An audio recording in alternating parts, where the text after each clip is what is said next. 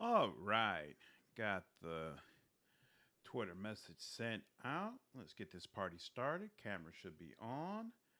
Let me change the screen. And there we go. Benjamin, what's going on, man? How are you? Let me take a second and turn on my light. Let there be light. And is my camera just a tad bit low today? Tad bit. All right. Awesome. Hope you're doing well this evening. I am doing well. I have absolutely no complaints thus far. The day has been okay. It's been all good on my side. How about you? How's your day going? Awesome. Awesome. Happy to hear it, Benjamin. Happy to hear you're doing well. Let me go ahead because I actually want to jump right back into it. I'm really excited to be able to move further in this. Gotta assume we're at least like what, halfway out at this point, right? So here we go. Okay, levels are right. Boo boo boo. Certainly. All right, let's get going. So, did you do anything special today, Benjamin? And what's this? Winter wolf. The wolf lies in the snow, panting with exhaustion and pain. An arrow has pierced his foreleg, jutting gruesomely from the animal's flank. The wolf growls softly as you approach, tail between its legs. Examine the wound. Perception. The wolf appears to have crossed a hunter's path. A silver arrow juts from the wolf's right foreleg, embedded a short distance into the limb. Even so, you suspect that trying to remove the arrow without knowledge and care could provoke further injury. Resolve 16. Try to remove the arrow. The wolf goes still at first, but the moment you lay hands on its injured leg, it begins to thrash in panic. Yelping in pain, it snaps at your hands and then lunges towards you. Let's run that back. I need to look at the options again and see if one of them is an option that I might have later on, and therefore I would go back here later on. Got a wonderful girlfriend. She sat through 3 hours of a tabletop war game that isn't her jam just as much as it is mine, and she was delightfully patient. Gotta thank her properly. That's awesome. That's awesome. What was the name of the war game? Argo, what's going on? How are you, man? Certainly. Greetings from my brand new and improved fiber network that took all day to set up at our house. Congratulations. How are you enjoying it so far? Let's see. All right. So we could have Resolve, Chanter, Charm Beast, or Field Triage. I guess Chanter. We could bring Kana here. In fact, how does it work switching out characters? You must be at the stronghold. So you have no ability to switch out characters while you're in the right march area. That's kind of unfortunate. But hey, all right. Surprisingly, despite being stuck to only Wi-Fi, the internet speed doesn't seem to be too impacted thus far. Guess it's due to jumping from 100 to 250 megabits. Mic cut out.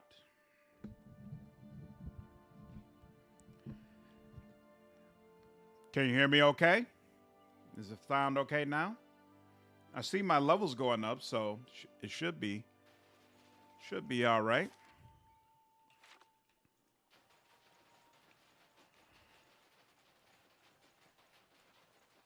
It's great. I have no complaints. Awesome. Ooh, why are you still running? That's too loud. Ah, it was your computer. Okay, no problem. All right, let's see. Can these guys be paralyzed? You can. There we go. Excellent. Look at that. And look at them start splintering. I appreciate that so much. Oop. Wait a minute. Not being diligent enough with these. Here we go. Wait. You're already paralyzed. Who's not? Who's attacking them? There we go. This one is. And this one is going to be dominated for quite some time. There we go. Okay, cool. We should be good now. We're in a much better spot. She, Adder, and you. What's the problem? Oh, that's already activated. Oh. So it's her that needs it. No, already activated. Okay.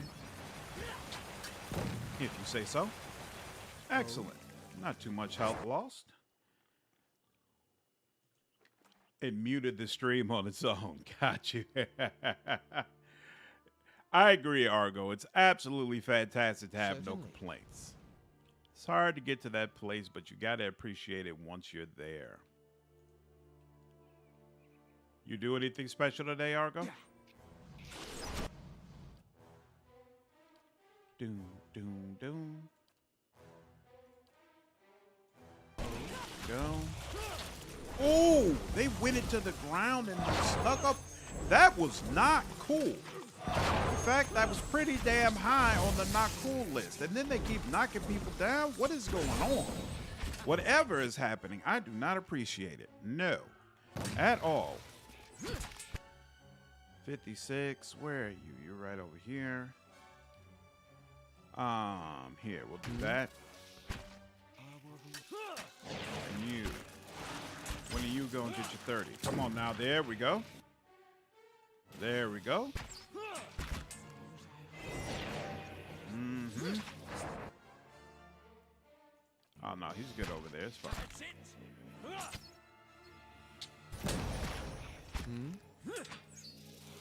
Why aren't you paralyzed? Everybody should be paralyzed. Mistra, what's going on? How are you? Glad you're able to make the stream. One of the best games. I can't wait for Wrath of the Righteous on consoles, though. Absolutely. I 100%. Ooh. Why is there still someone left? Agree with both points. I absolutely love this game. Feel like it's a real classic CRPG. And I'm really, really looking forward to Wrath of the Righteous coming out on consoles. I know there's a lot of people who haven't been able to play it since it was only on PC. Certainly. So I'm looking forward to everybody being able to experience it. And I'm also really looking forward to what the launch is like. You know, of course, there were big problems. Wait, this crater. There were big problems with Kingmaker, both on the PC launch and on the console launch, actually. So I'm curious if this launch will go better the same way the Wrath of the Righteous launch for PC went better. So we'll see. Lots of interesting things. What is it? All elementals. Other than that, you know what? We're going to go ahead and just do that for you. And yep. Okay, cool. Oh, yep. That turned out just about as perfectly as it could. Yeah, that's excellent. That's excellent. Froze her, made sure she couldn't do any of that nasty stuff. Certainly. And then wiped out the competition. Excellent. I went back to see what you said. It was Mordheim, an oldie but a goodie. Not really. Just helped the guy with getting the network set up and trying to explain to my grandmother how and why we were doing things. It was difficult as tech is magic with her, more or less. Hey, I was in technical support for years before my current job. So I made a lot of money from people who do not understand technology but are still put in positions where they have to use it. So I completely understand.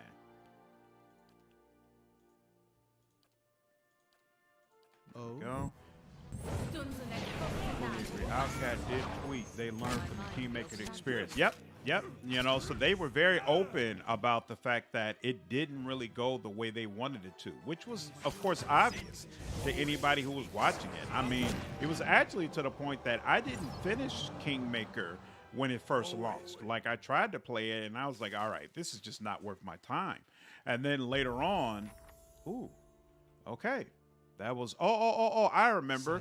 We needed a troll heart. Yeah. So I think we need that. And, we've got both ingredients. Okay, cool. So we got everything we need for the antidote for the guy who was given that poison drink. But, yeah, at first I was like, I'm never returning that game. And I just so happened to, I don't know what I saw, but I don't know if it was a Steam chat log or something along those lines. But there were just some people talking about Kingmaker and saying, "Man, it's so much better and way different than it was when it first launched." And that made me say, "You know what? I'll give it a whirl." And it turned out they were right. It was definitely something that I clearly enjoyed. This simple shrine is covered in a thick layer of snow, fallen leaves, and feathers. A pair of curving bones flanks the altar. Examine the shrine more closely. The shrine does not appear to be frequented very often, though traces of old candle wax line the edges of the stone. Under a dusting of frost, you note a rectangular section of the altar's surface that seems to be cleaner than the rest, as if something once rested here. Touch the altar. You feel a tingle run up your arm as you set your fingers to the altar.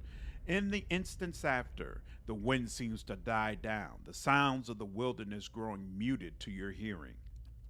Then you hear a sudden low growl, quickly joined by more. A vision strikes you like a sudden memory, though it is unbound by time or place. Within a sea of darkness, you see a great beast, formless save for its gleaming fangs. It growls and snaps with increasing desperation and savagery, and for a moment you feel its rage as your own, a possessive fury that tears at you. Something has been taken, your territory threatened, and the price for it will be blood. The vision fades just as swiftly as it came. The altar stands silent and still, and the air fills again with the occasional trill of bird song. Mordheim is a smaller scale version of Warhammer Fantasy with some RPG elements in the sense that your units can level up between fights. Nice. Oh wow. Just because I discovered a new location. I was like, why did they just level up all of a sudden? Barat successfully arrived at the awesome. Okay. So that quest that I had one of my people assigned to, that's been finished now. Excellent. With some RPG. So do you like it so far, Benjamin? Or are you still figuring that out? Yeah, same actually happened to a lot of people. Even Cole actually couldn't physically continue in Kingmaker because of game-breaking glitches. Really? Oh, that had to be embarrassing for them. These stones are strangely warm to the touch, though most of the runes are indecipherable. A few look like names. That had to be really embarrassing for Owlcat. He's way too large a streamer for your game to have an issue like that. A group of elves stands in a scattered ring around an ogre, but they do not appear to be engaged in battle. The ogre is bound with rope, and one of the elves tugs harshly on the line tied around the ogre's neck. This is pointless, beast. You won't get anywhere being stubborn. The ogre only snorts angrily and pulls back on the rope. Two other elves prod him somewhat timidly with their poleaxes. The ogre does not budge. Hey, Vamril. One of the elves has turned to look at you, motioning at the man occupied with the ogre. The elves turn to look at you, hands falling to their weapons. Vamril gives a final sharp yank on the rope before he turns as well. Lore, you're a long way from home. Oh, we'll be further from it still tomorrow, just picking up some help along the way. He looks up at the ogre. Intellect, a rather sad specimen for an ogre. He came cheap. We need the muscle. Gods know they're good for little else. Vamril gives the rope another tug. The ogre's already impressive scowl deepens. The ogre gives a great bellow and suddenly lunges backward, tearing the rope free of his captor's hands. With a triumphant roar, the ogre pulls apart the bindings on his arms. Vamril glares at you. Look what you've done. Stop that ogre, but don't damage my property, and bring me that fool's head. Whoops, you know what? I'm sorry, I screwed this up. Shouldn't have made an insult. I'm pretty sure you can get the ogre to be on your side. So, shouldn't have made an insulting comment about him, I guess. Great to hear Wrath launched much better than Kingmaker. Should mean easier to release it for consoles. I'm glad they decided to delay it so that they fixed every issue. Yep, I'm expecting it to be easier and a much better release, but we'll see. Details I love. Almost All right. consumed by them, I'd say. Dexterity. Fire an arrow at the rope. Before anyone can speak another word, you have knocked and loosed an arrow. It flies true, striking the rope between the ogre's neck and hands, and the bindings give with a snap. With a triumphant roar, the ogre pulls the rest of his feathers away and lunges towards his captors. All right. Still have to kill the ogre. That's weird.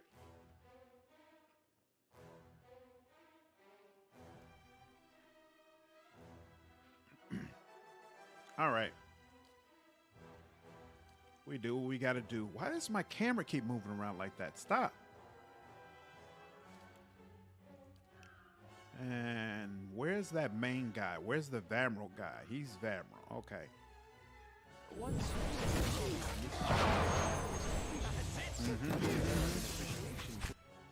Boom, boom, boom. All of you there. Yep, all of them. We'll go with you first. And paralyze you to make it quicker. And there we go. I'm wondering if maybe if we do... Why is he losing so much health? Who's attacking him?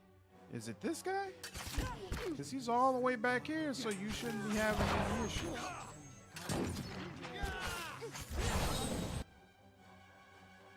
And, you know, even though you're dominated, I still want to go ahead and deal with you.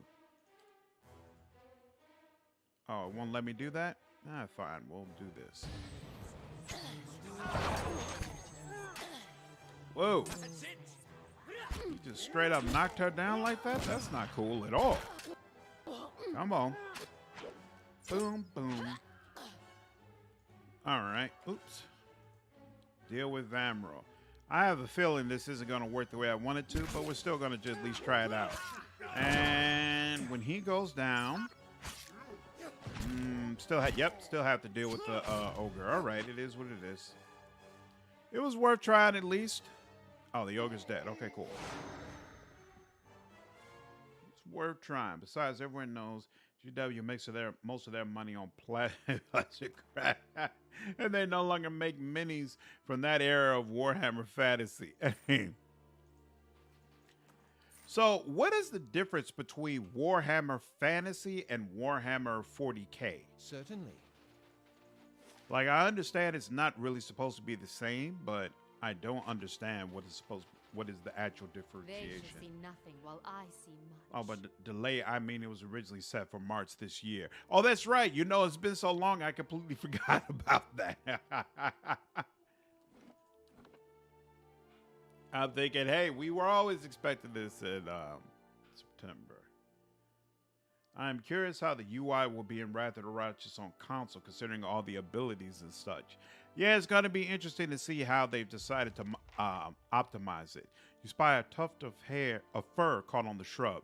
You recognize the scent of the wolf. Okay.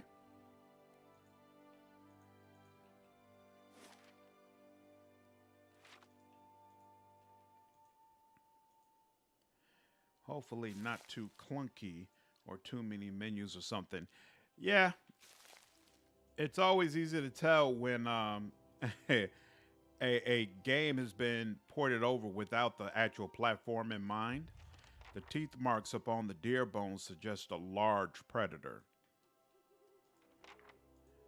And I'm hoping that it won't have that sort of feel for players on the console, because I know that'll negatively impact people's experience. But at the end of the day, I'm happy with the PC experience. And that's what's always going to be most important to me. Ooh.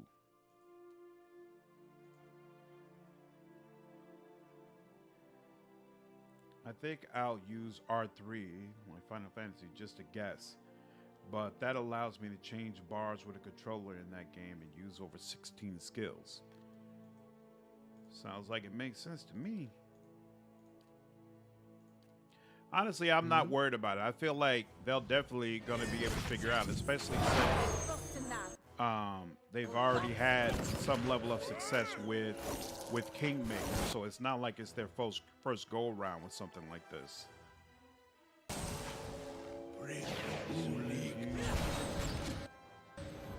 That's not good. Ooh, very nice. Who are you, Eder? Eder coming around. Oops. What just happened? Did he just get obliterated? He just did. Ooh. Wow. All right then. That worked out very nicely.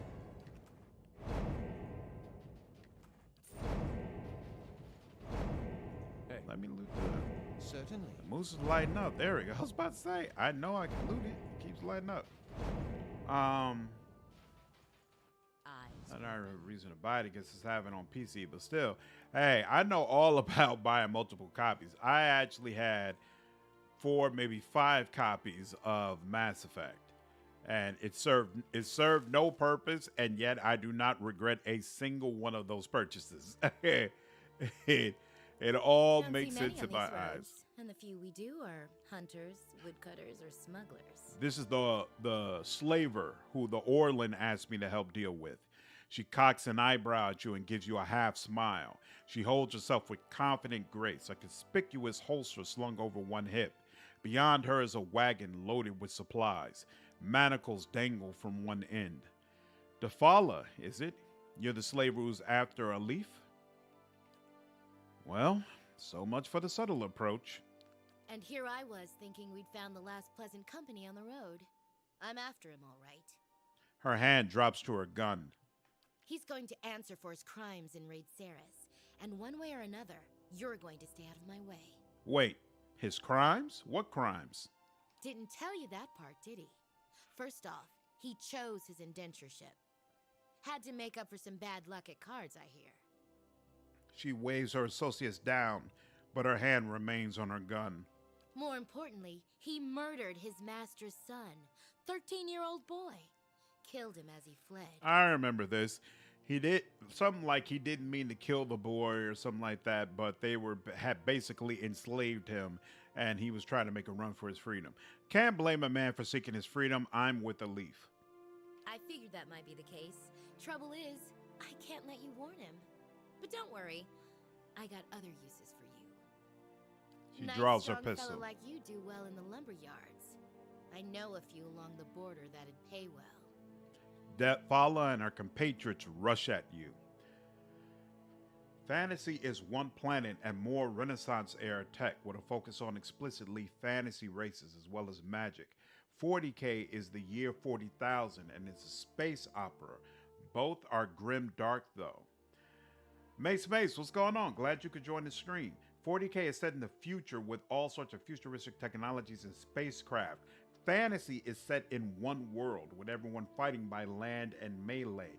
That is a gross oversimplification, to be honest, though. Okay, interesting. So, do 40K Fantasy and do Warhammer Fantasy and Warhammer 40K have an equal amount of fans? Like, are they considered to be equal properties? Or is Warhammer 40K really the big one, and Warhammer Fantasy is kind of just like an offset of that?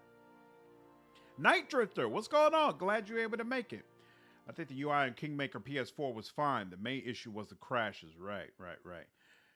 Fantasy has guns, but they are black powder level. That's another thing I'm looking forward to with Warhammer, to see Owlcat on a game that allows us to use guns. That's why we're going to play Wasteland 3 next. I'm kind of tired of the typical medieval fantasy stuff. I'm looking forward to being able to use guns and rocket launchers and things of that nature. It's going to be a nice change up. I guess we'll put this on Eder. And we'll bring you up here. There we go. And you... Yeah, sure, that works. My Yeah, that works. Okay. And then you there. Ba, ba. And you there. Ooh, where'd you come from? And he's not even doing it here. So now we can do that.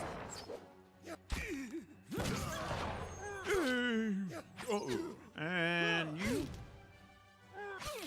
Thank you so much for playing. All right. Boom, boom. When I used to have PC, had Mass Effect on Origin, Steam. Wow. So you're just like me. That's awesome. That's awesome. Yeah. I don't even know how I ended up having it on so many different platforms. I should know. I usually play gunpowder wielding races. Awesome. Well, that is true. No lasers. I play Total Warhammer, so I'm better with fantasy lore. 40K is the bigger one right now. Fantasy is currently in the version Age of Sigmar, which is a reboot.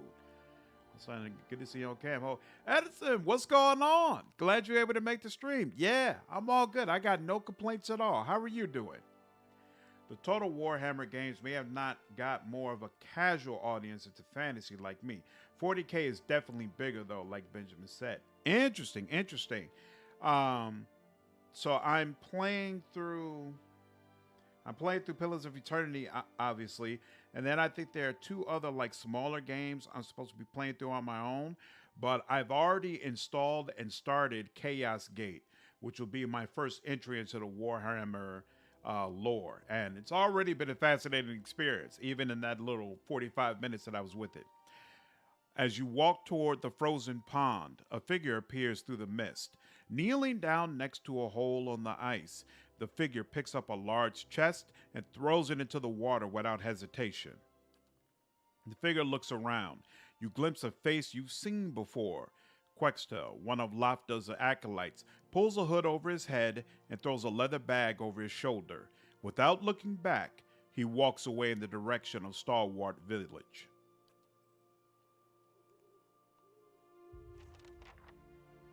It's kind of weird to me that you don't get an opportunity. They don't give you an opportunity just right then and say, hey, what you doing? Test that ice with something heavy. Make sure it's safe. Maybe with an overweight priest that can't shut up. Come on now, we're not going to do that to Durant's.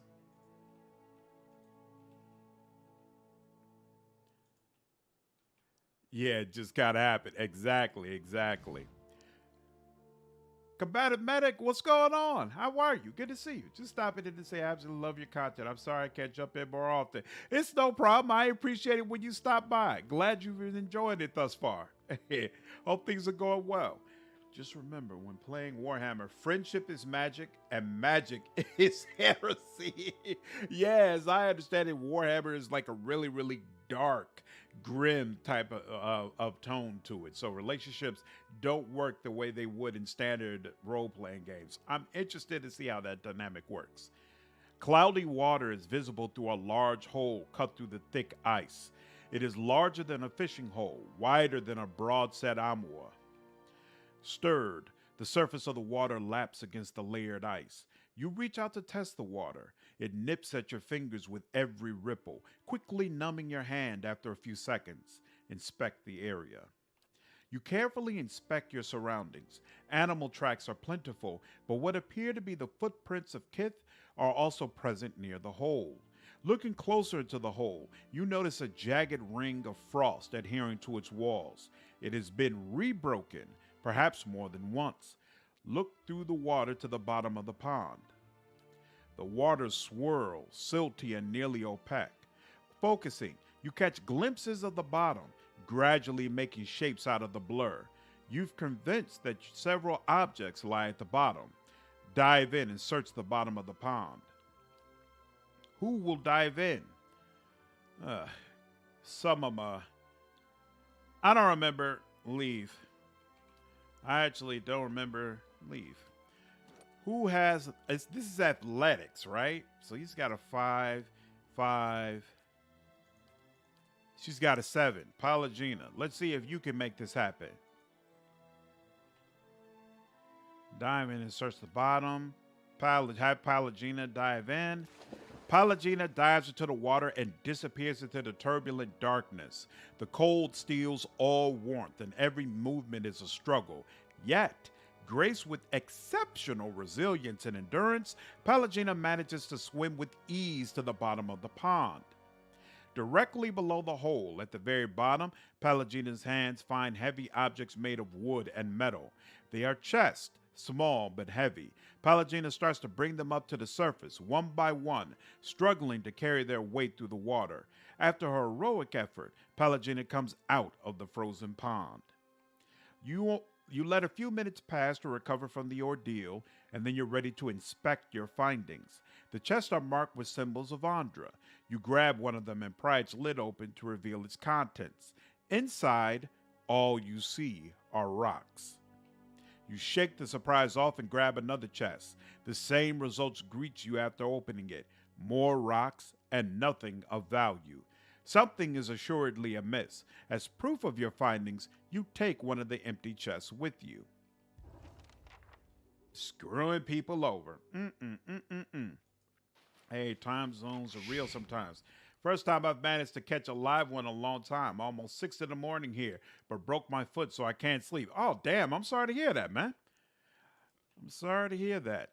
Do you know how long it's going to take for you to recover? Ooh, she's only got minor fatigue though, so that's good at least. Let's do that. And then let's ignite your soul. I'll probably do a hold on. We've got a whole whoa. I don't appreciate you stepping up over here. Let's get some more things going here. And y'all just gonna hang in the back like that? No. Here. Can we get both of y'all in the same ring? We can, yeah. I shouldn't have done that. It's okay. How long are you paralyzed? 13 seconds. You're fine. So let's put you on paralyzation, and let's get you paralyzed as well. Lawrence, I did not want you to run across. I did not know why you even did that. You go for Eder. You refreeze that guy. I don't want you getting back up yet. I'm not ready. There we go. No. Actually, you know what? Yeah, we'll focus on it. How long does he dominate? 19 seconds. Good Lord. Wait, and now it's not dominating. How's that work? I'm confused about how this whole thing went down, but you know what? We're just gonna roll with it.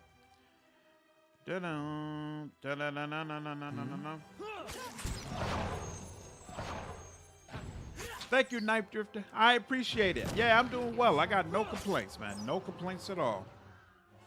If we don't rest soon, you're going to have to carry me the rest of the way. It's not going to be that bad. Calm yourself. And the rat men do not exist. Certainly. Skaven. What are those? Also, everyone is racist. Everyone. Even towards other cultures within their species. There are zero good guys. That's what I had heard. The concept of good and evil is totally different in Warhammer compared to other games, and I'm really looking forward to seeing how that plays out as well. What is this? Wreath of Ashes. Assign someone. Sure, I'll assign a person. Not him. I might need him soon. So you. Right, because I need to bring him back to deal with the wolf. Whoops. Camp.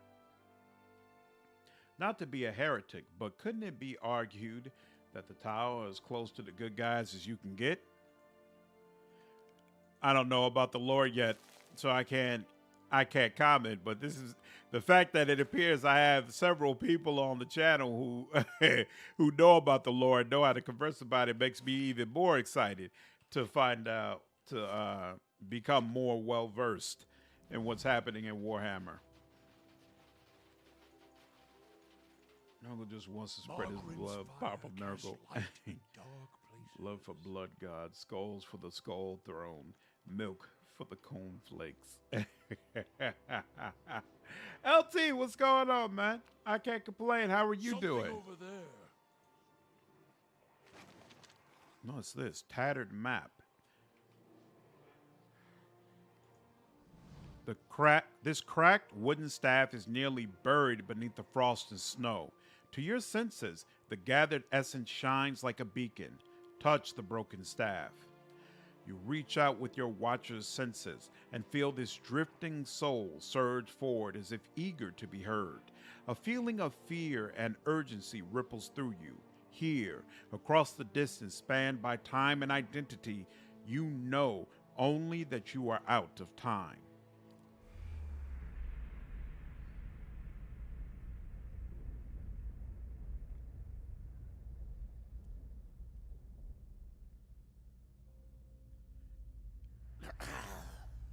Did you think to escape me by climbing a mountain? I would have tracked you across the sea, thief. Please, Master, have mercy. I kept the grimoire hidden safely away, and I can take you to it. The book is nothing. If you had studied a little longer, you might have learned that. But no apprentice of mine will steal from me and live. Wait, no!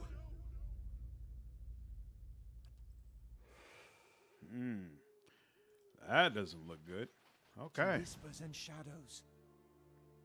Oh, cool. No problem, LT. Do your thing. Right, okay. I think we've already unlocked all the locations that are available on the White March map at this time. Hireling pay. All right, Durant's is really low on health, but everybody else is good. So I think I'm going to just keep going for now. Or, hey, turns out, hey, there are supplies here. So you know what? I'm going to go ahead and take a rest. And is this all correct? Actually, seems like I'm running into more. Am I running to more? Or you know what? Beast. We're going to go with Beast because I think that Beast is supposed to be the most major thing that I deal with here. So we'll rest. Azuro has arrived, offering to sell you Maybach's Morning Star for 1,200. What is this? Oh, a Morning Star two-handed? Nah, I'm good. I don't have anybody who specializes in using Morning Stars. Pick that up. Okay. Now we got 4 camp supplies again. I'm curious how... Ooh, whoa. I was not all the way over. I'm curious how Slanish will be implemented. She is the god of drugs, sex, and rock and roll, and it demands excess. It, she, he is every conceivable gender at once. That sounds awesome. That sounds perfect for like a trickster or an evil type of playthrough. Man, it's going to be interesting to see, based on how they implemented, how many playthroughs I'll have to do of that Warhammer game to see all the different sides of the content. Gently with the fingers. They're the best part. I don't want... A slow smile creeps across her face at your approach. The other men and women turn to look at you, their mouths filthy with blood and gobbets of flesh. Well... Hello there, handsome. What brings you to this part of the russet wood? Why don't you tell me what brings you here?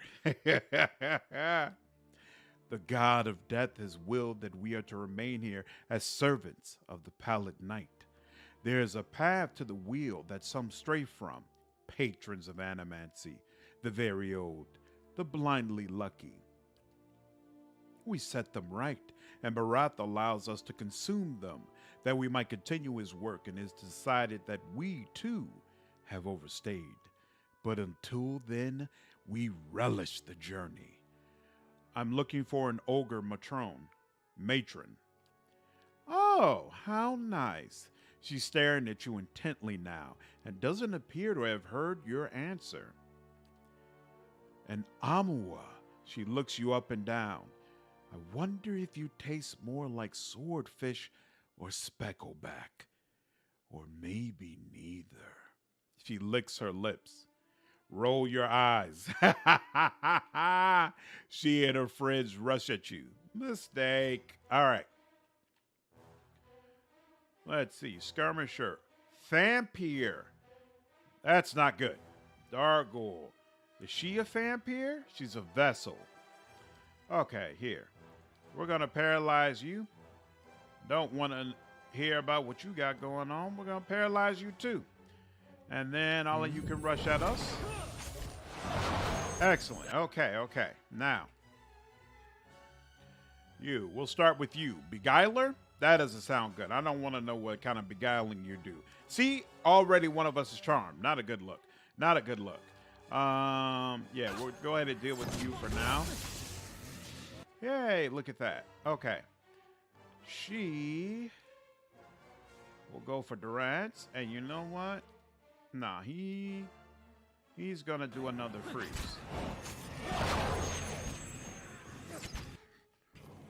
Yep, and a whole bunch of people calling it. Now he just needs, there you go. He'll get a 30 as well. You know what? They're not immune to frightened. That's what this is, right? Frightened? Ooh, wait a minute. Howl in the area. Stunning the targets as well, dealing raw damage to all enemies within. But I think it also affects party members. So let's not do that. Instead, to all in the area effect. That again. You know what? No, we don't want to do that here.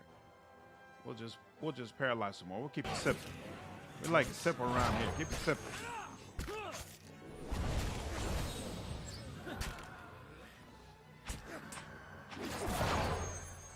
Where is... Okay.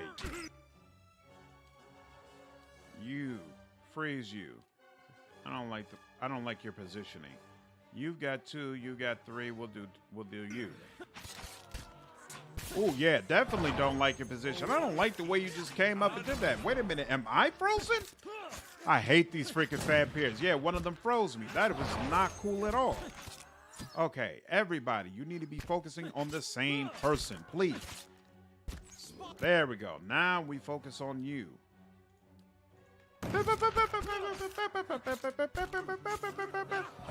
There we go. Thank you very much. Hello. Wait, these guys are not also Planeteers? Not this time, unfortunately. What's going on, Dragon? How are you? Oh, medicine time.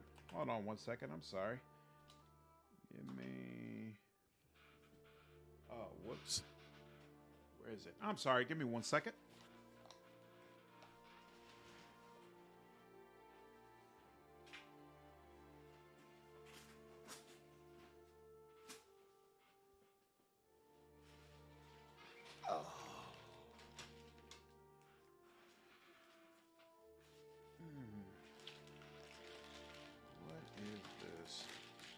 Got like 8 or 9 different medications I'm still taking. What am I looking for? Oh, is this one empty? No, it's got one more left in it, so it's time to re-up on that. I am looking for Atavastin. There we go. That's one. And then hydralazine was the other one. Where are you?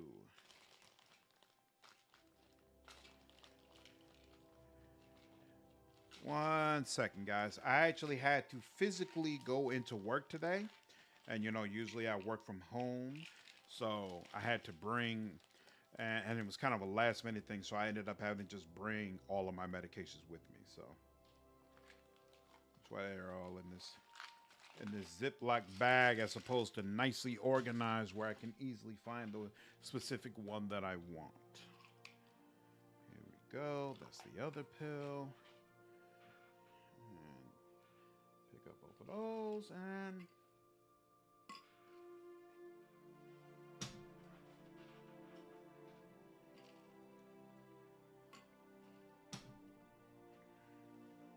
Okay, there we go. Sorry about that. Now, wait, to be technical, Damon's are in 40K. Nice. Many of these frozen corpses are missing fingers or have had chunks of flesh cut out from their thighs and torsos. Certainly. I have to bail, but I hope you have a wonderful evening and great stream. Good luck with Warhammer Nice 2. and It's quiet. expansive. Thanks, Combative Medic. Medic, I really appreciate it. Glad you're able to make the stream, even briefly.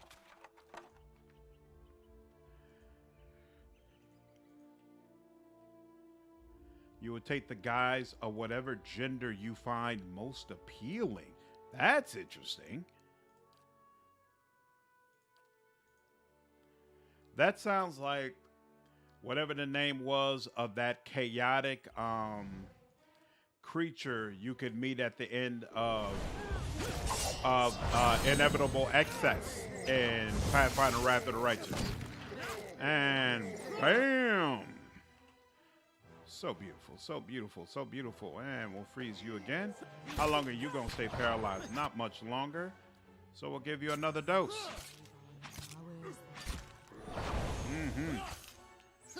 There we go. And you're going to stay frozen for a nice little span of time. Bam. There we go. True, but personally, I don't think that changing, like if in D&D or something, a dragon polymorphs into a human, I still consider it a dragon. Ah, interesting. So its gender might change, but its essential nature stays the same. That makes sense. Sex, but Celeste, sexy time kind of hurts a lot, so it's a mute point to me. Ooh, more sleeping supplies. Okay, so we can take another rest if we need to.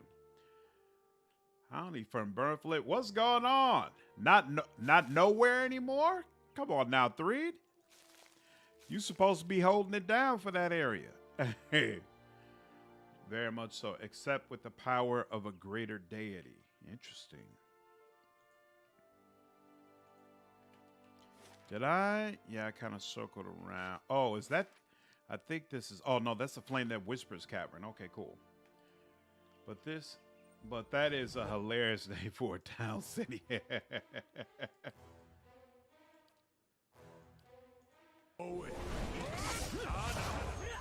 Threed always has the best city names. 9 seconds, that should be enough. You're going down. By the way, Slandered, did you ever do a video review for Inevitable Access? I tried to look for it earlier, but didn't see one. Yep, I did. It's on there.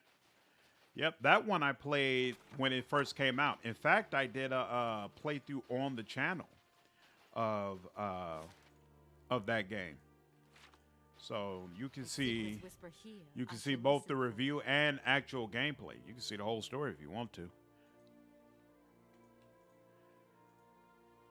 I enjoy being able to have more content that directly involved the commander, but I didn't really like it that much. You know, I mean, I take that back. I feel like most people probably didn't like it. I probably enjoyed it more than most because I've played all the mythic paths, and a lot of it has to do with involving characters you meet on different mythic paths. So if you have an understanding of how all the separate mythic paths work, then you're going to get a lot more out of it. But if you've only played one or two, then you're going to be lost with a lot of the characters that you meet and not really understanding their importance. And to me, it's kind of weird that Owlcat put together their DLC in that way because, let's be honest, most people haven't played more than one mythic path, especially if you're not a creator. So why would you think that would be the kind of DLC that would appeal to people? So, I mean, it was, it was actually cool for me, but I know for most people, it's just not going to work. Same thing. Yeah. Let's see you. Whoa, why when I select my powers, they're doing the whole drop down thing now? Chill out. We don't both need to paralyze it, so there we go. You paralyzed for 10 seconds. Yep.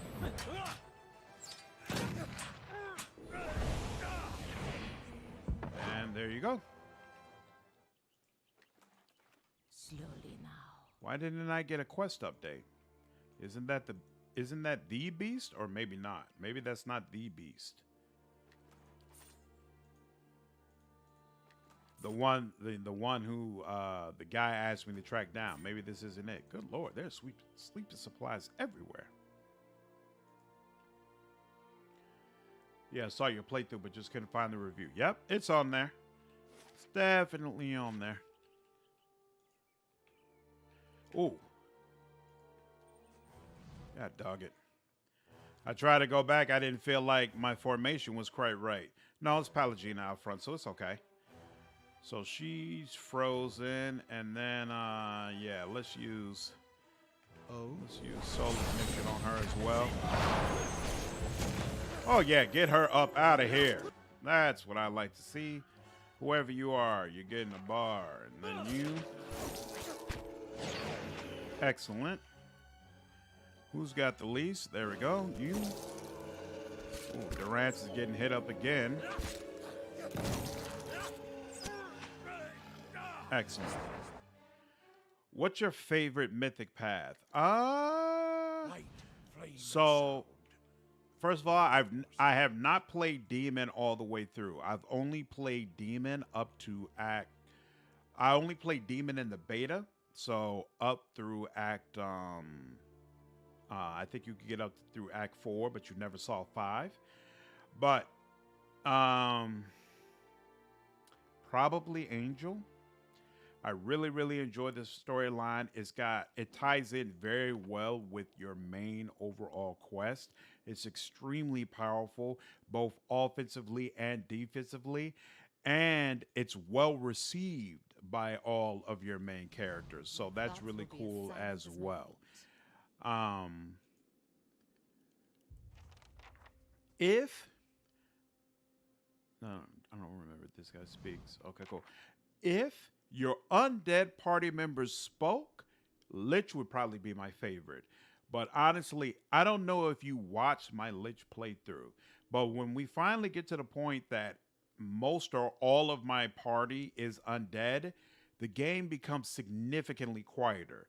They have no banter. They never speak at the camp. You know, it becomes a lot less interaction. And so even though I feel like it's true to some degree to the Lich experience, I still feel like it kind of brings down the quality of your playthrough. So if there wasn't that element to it, Lich would be my number one, because I think Lich is absolutely fantastic. But outside of that, I'd probably go with Angel. Standing tall amongst the wolves inhabiting the cavern, this creature turns to face you as you venture forward. Scores of wounds and scars riddle its hide, and one dull eye stares out blindly from its skull. It growls a threat as you approach, one echoed by its fellows. You know this half-wolf for the spirit-shifted form of a druid, though you see no gleam of Kith intelligence within its gaze. Honestly, both nobles that join your party are pretty good. Dragon. I thought the DLC was the other way around, going more in depth for the mythic path you chose, not requiring you have done all of them beforehand. No, it's got quests for basically all the mythic paths. So if you know all the mythic paths, then it's kind of great. But if you don't, you're doing these quests for people you don't really know, and you don't understand their importance, and you don't understand the references that they make, so you won't enjoy it nearly as much, more than likely. 3, I can't complain at all. How's it going for you? Okay, this is a very esoteric subject. I'm kind of writing thoughts out. No problem. Well received by all. Probably not windy, though. The Lich's ambiance, though, thanks to the quiet, freaking great. Yep. So it's like true to that Lich role-playing experience, but if you compare it with the other ones, you know, you get a lot of more interaction from them. At the creature's feet lie 2 villagers, one heavily wounded. The other holds an arm across his stomach, and he looks up at you with pleading in his eyes. Help! Please help us! As the beast turns his head back towards the hunter, you sense a strange aura emanating from it. It is as if its hide were holding in a tempest of soul essence, fierce and all-consuming as flame. Reach out for the beast's soul. It takes little effort before the beast's soul threatens to overwhelm you with its intensity. Wrath and hunger buffet you on all sides until you reach through the storm to find a smaller, dimmer pulse of light and are swept headlong into a memory. The chill bites into your cheeks and your lungs burn a little from this run. You look down at the little wooden carving in your hand and run your thumb along the edge of the carved bear's spine. The totem has already brought you luck. You found 2 rabbits in his many snares, and that's a rare enough feat these days. You're certain now that this was a gift from Gallowayne, that you were meant to find it on that lonely shrine and take it. Saldred.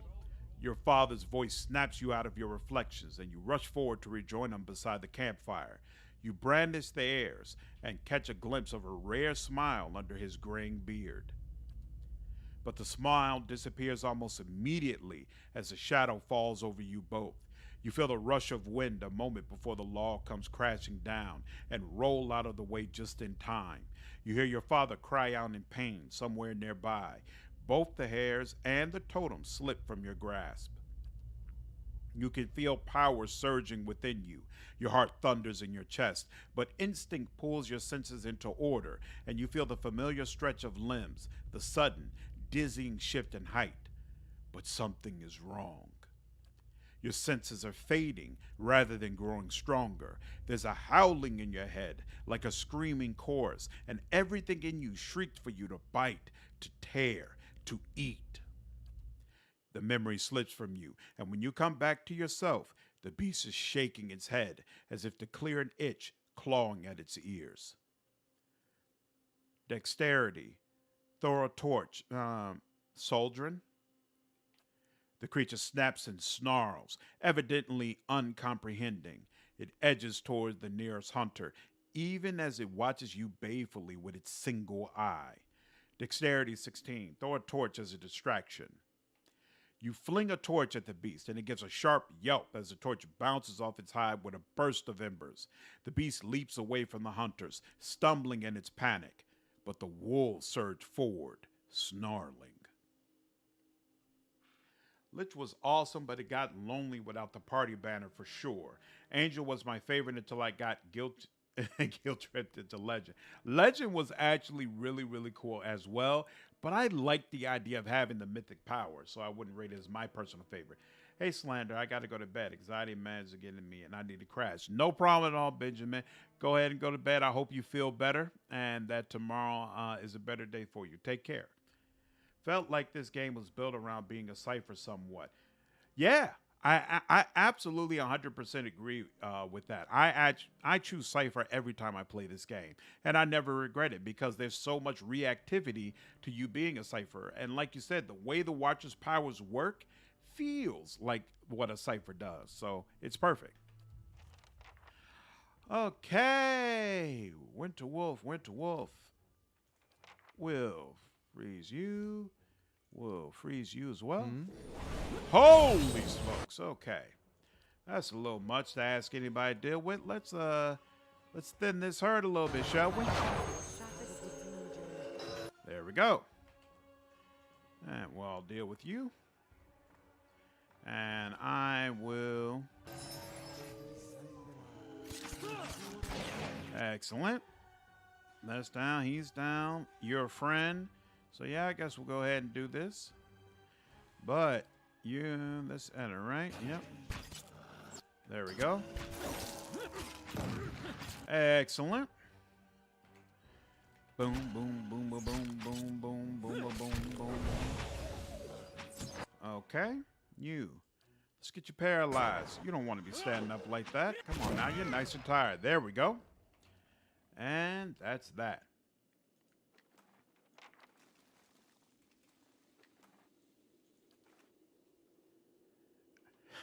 Clearly the best path is Azada because of Avu.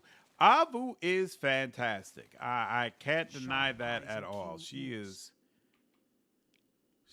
a blast to have. Bless you, stranger. We'll make our way back to the village.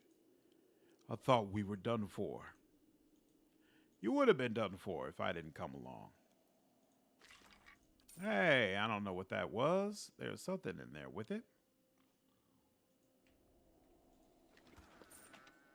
Awesome. Nothing hidden, nothing secret, but okay.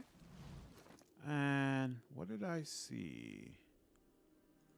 Boom, boom, boom, boom, boom. Was it just something regular? Okay.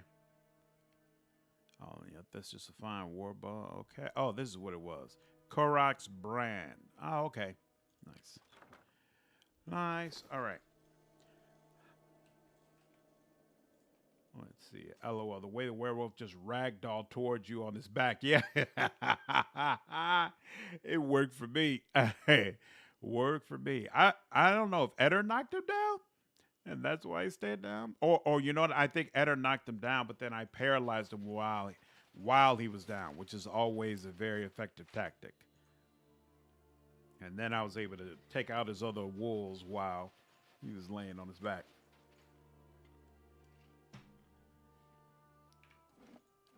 All right, I remember this being kind of tough. So let's save here first. Come on. There we go. Boom, doom, doom, doom, doom, doom. All right. If I'm ever feeling too happy, I just play Swarm. That walks, and that feeling is gone. I actually. There's one here who deals in visions, dreams. I feel her mind near mine. The petrified skull is as cold and hard as stone. Wax tears dribble from the eye sockets. I really, really enjoyed Swarm That Walks. I feel like from a role-playing standpoint, it's the most unique experience you have in the game. Just absolutely fantastic stuff. What was that she just did? Holy crap, that looked awesome. Oh, that was the Flames of Devotion. So how much did... Ooh, she dealt 100 damage with that thing. Oh, okay. That's that sworn enemy that she has. Is that... Okay, yeah, so she could do it once per encounter. Woo, that was awesome. Okay. Certainly. What was I saying? Yeah. Unlocking this will require the proper key. Silence surrounds I really enjoy Swarm. And, oh, yeah, that's what I was saying. I feel like it is the most... Why do I have an extra thing? Training grounds completed. So let's start you on something different. There you go. I feel like it's the most unique role-playing experience you can have in the game. Like, not necessarily the best, but as far as something where you're like, wow, okay, now that I'm Swarm, I am something completely different than what I was before. Swarm That Walks, I feel like, provides that more than any other path you can take. And it's absolutely amazing. Holy smokes. That is a lot of people. I don't appreciate that, so we're just gonna wither this some. We're just gonna help that a little bit, all right? Yep, okay, I heard a shot, but what's going on? Attack the... Oops. Oh, I know what's going on. I know what the problem is here. You attack him. There we go. All right. You are confused for 6 more seconds, so I believe we can take out this wolf in that amount of time. And then she will paralyze you so you don't become a problem beforehand. And then I really want to get a beam going, but it's fine. Can't do that yet. Boom. Let's get some crowd control going. All right, looks like this is still a little much. You know, we could do this. Why isn't he paralyzed? What happened to that? Paralyzed, paralyzed, paralyzed. Thank you. All right. We still... You know what? Actually, that should work now. Come on. There we go. Yep. He goes down immediately, and now we can bring this around over here and help take you out. And actually, why are we letting you get these free shots? Go ahead and freeze you for your troubles. There we go. So you're getting into Warhammer because of Road Trigger? Yep.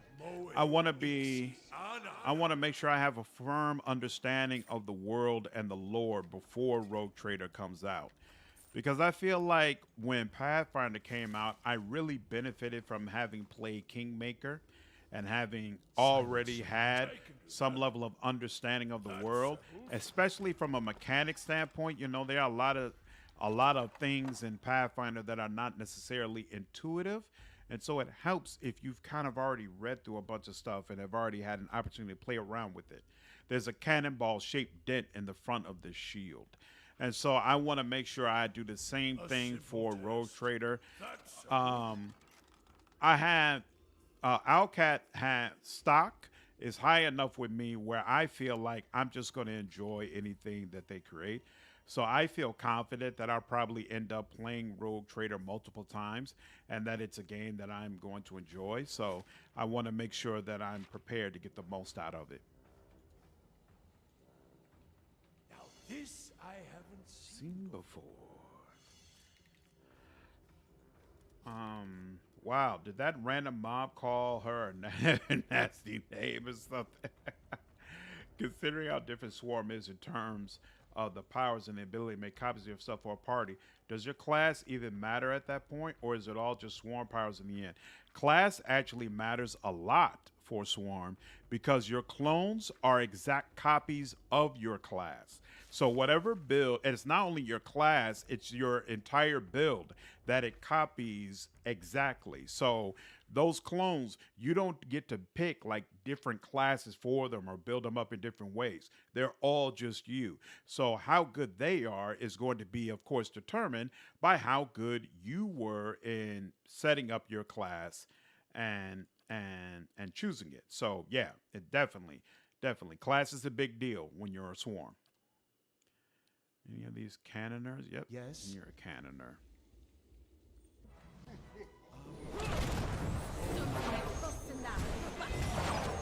Go. You're paralyzed. You're just stuck. So let's go ahead and get you paralyzed as well. There we go. And do that. You're not doing anything. You should be doing something. Let's connect with Eder. It won't help now, but actually, it will help soon. Yep. Yes. There we go. There we go. Paralyzed. There we go. Boom. Da-da-da-da. The inside of this minecart is caked with blackened grease. It smells of burnt fat. They shall see nothing while I see much.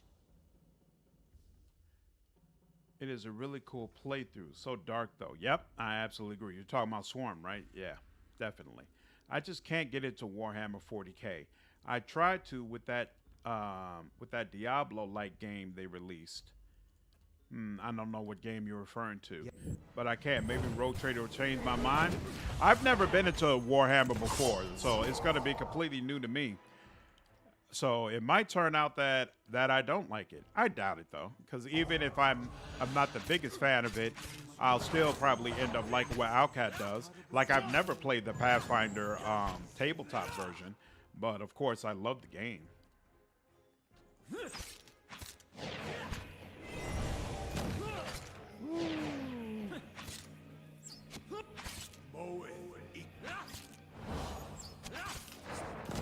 There we go.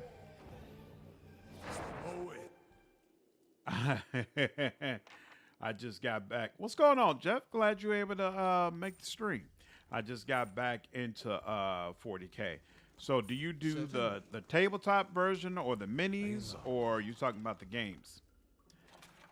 Stock? Are you invested in them?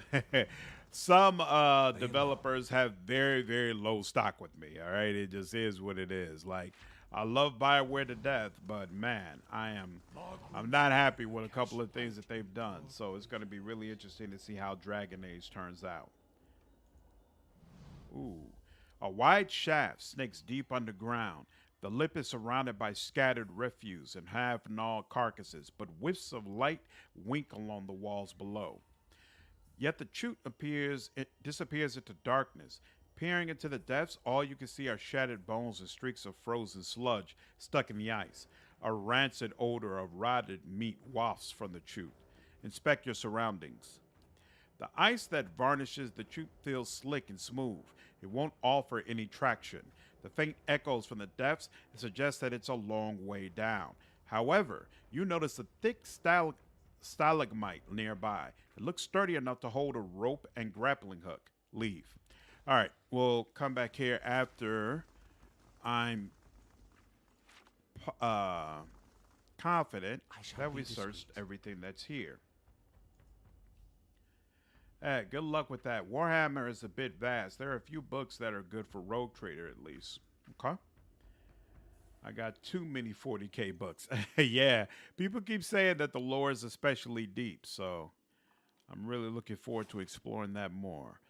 Okay, so this is the way this goes downstairs, right? Okay, so we got two ways of going downstairs. I'm going to take a guess that this is the better way to do it, so we'll do that. And actually, you know, we got some people who are kind of in bad shape right now, so we'll go ahead and take a rest. And what are these? These people are considered wilder, right? I assume. Wilder. So yeah, we'll rest. And there we go. And let's do a full save here. 3 Inquisitor Martyr. I might look into getting some 40k books, assuming they are good reads, or is it just general lore stuff? Depending on the author in the book, I like most of them, but some are much better than others. Fair enough. Mine is so far, but there's a Warhammer Cafe near me, so I hope to get into some games. That's awesome. Video James, what's going on? How are you? I can't complain at all, man. Jagatal Khan, Warlord of Chagors, is one of the best books I ever read. Is that the actual name of the book? Secure a grappling hook. You secure your hook to a thick, stolid-looking stalagmite, giving the rope a tug for good measure. It holds, and you cast the free end into the darkness of the chute. Climb down the rope. You grab the rope and plant your feet as best you can against the slippery ice. You lower yourself slowly, seeking out rough patches and ribs in the marbled and filth-streaked ice. After several minutes, the mouth of the chute disappears above you. The climb tests your patience more than your strength, forcing you to choose your footholds carefully, until the chute opens into a wide cavern around you. You lower yourself hand over hand, keeping your half-numb fingers wrapped around the rope. You still can't see the bottom, but as you look around, a glint of light catches your eye. You see a small outcropping clinging to the wall nearby. Skeletal remains cluster on the ledge, and between the bones, you detect a glimmer. The edge of the outcropping is just close enough that you might be able to swing toward it. Swing on the rope to make a grab for the ledge. You heave your way from side to side, building momentum. The rope creaks under the increasing stress, but the ledge is almost within reach. You swing once more. As your fingers brush the outcropping, a loud crack resonates down the chute, and the rope gives beneath your weight. You experienced a panic moment of free fall before the rope snags again. While you can't see all the way to the mouth of the chute, you guess that your grappling hook dug its claws into a ridge in the ice just in time. It's holding for now. You tighten your grip about the rope and consider your options as the rope creaks softly overhead.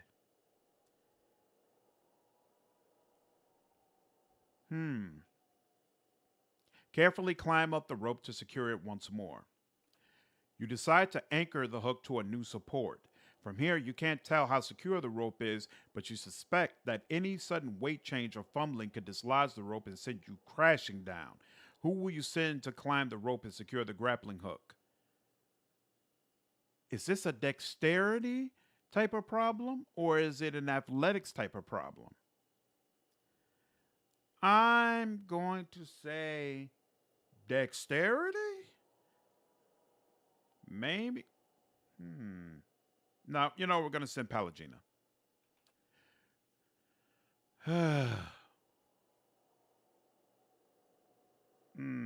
And she falls. Armor of Faith. The hook tumbles from you. And we screwed this up. All right, I'm going to have to reload that and do that again. God dog it. This is why I picked right. I'm doing all right. Picked up Cult of the Lamb and played it all night last night. So, was it as good as what we heard? How do you like it so far? Yeah, that's a book by Chris Wright. Knight of Macrage is has a nice cover. Interesting.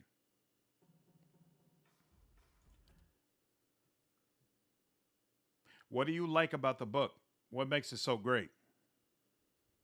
And do you feel like the book is good for someone who's completely new to the lore? All right, climb down the rope. Swing to grab for the ledge. Carefully climb back up to secure it. How about if I secure the hook myself? You begin climbing up the rope. It creaks under your considerable weight, but your agility and reflexes allow you to keep it steady. After a tremendous effort, you reach the top of the chute. The top of the stalagmite has broken off, and your grappling hook is barely holding on to the remainder. You ease the hook down and into the thick base of that stalagmite, wedging it firmly into place. With your hook secured, you climb back down to the widest point in the chute where you saw the outcropping. Try to reach the ledge again. Confident that the rope is tightly secured, you pump your legs to get your rope swinging once more. You quickly pick up speed, and soon the outcropping looms within reach. At last, you seize the edge and pull yourself up next to the tangled skeletons. A leather bag lies half buried under the bones, and something glows within it. You pick it up and stash it away. With your prize secured, you give the rope a gentle tug and climb onto it once more. Climb down the rope. You continue your descent down the chute.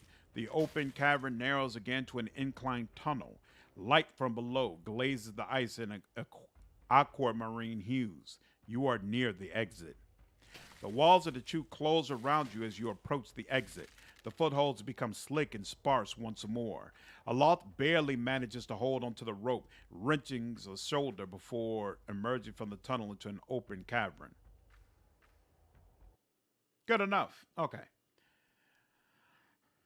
Have you ever considered playing Divinity Original Sin? That's absolutely in the cards. One of my all-time favorite games. No question I'm going to be playing that. I basically wanted to start with games whose sequels were going to be coming out soon. So I wanted to get through the Pillar games to be prepared for Avowed, and I want to get through the Baldur's Gate games to be prepared for Baldur's Gate 3. But once that stuff is done, then we'll have the freedom to kind of just play whatever we want. So there's a bunch of games that don't necessarily have sequels coming out or don't necessarily have anything to do with games that are popular right now, but they're still my personal favorites, and we're going to play them absolutely. Yes?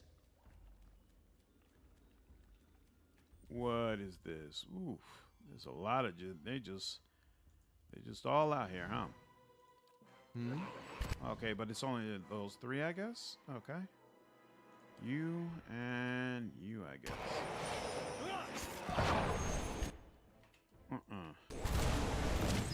There we go. Oh, that was not cool. That was so not cool. That was so not cool. Bum, bum, bum, bum, bum, bum.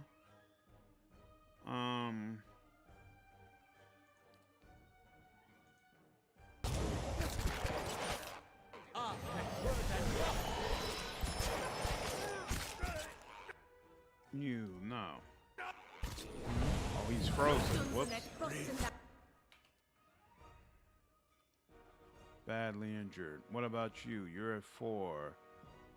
You're fine as well. So here. Let's deal with you. Oh crap. There's that guy right in front of them, but whatever. How long are you paralyzed? 9 more seconds? 9 seconds is a good amount.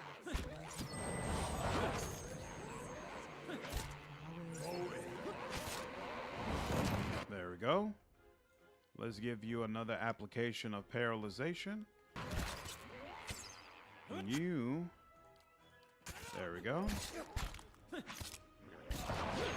Yeah, new. Come down here. And there we go. Excellent, excellent, excellent. Ba-boom, ba-boom. Ba-boom, ba-boom. Cautious. Be All right. constant. Oh, Bob Oak. Appreciate you subscribing to the channel. Glad you were enjoying the content. It was pretty fun. He wasn't exaggerating what he said. He was feeding his followers. It was kind of like Binding of Isaac, so I like it. That's awesome. I might have to give it a try. Even though it's not my usual type of game, I keep hearing so much about it. It makes me want to at least give it a whirl, see what happens. You. Oof. Somebody got just absolutely obliterated. You know what? We're going to turn the red fin to our side. How about that?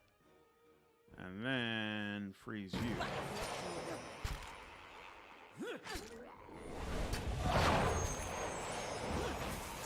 There we go. And yep, well, we got 1, 2. How long are you puppeted? Dominated for 12 seconds. That should be long enough to do something with him. Whoa! And then all of a sudden he overcame his domination. All right, I'm not doing that again. Good Lord. That was a waste.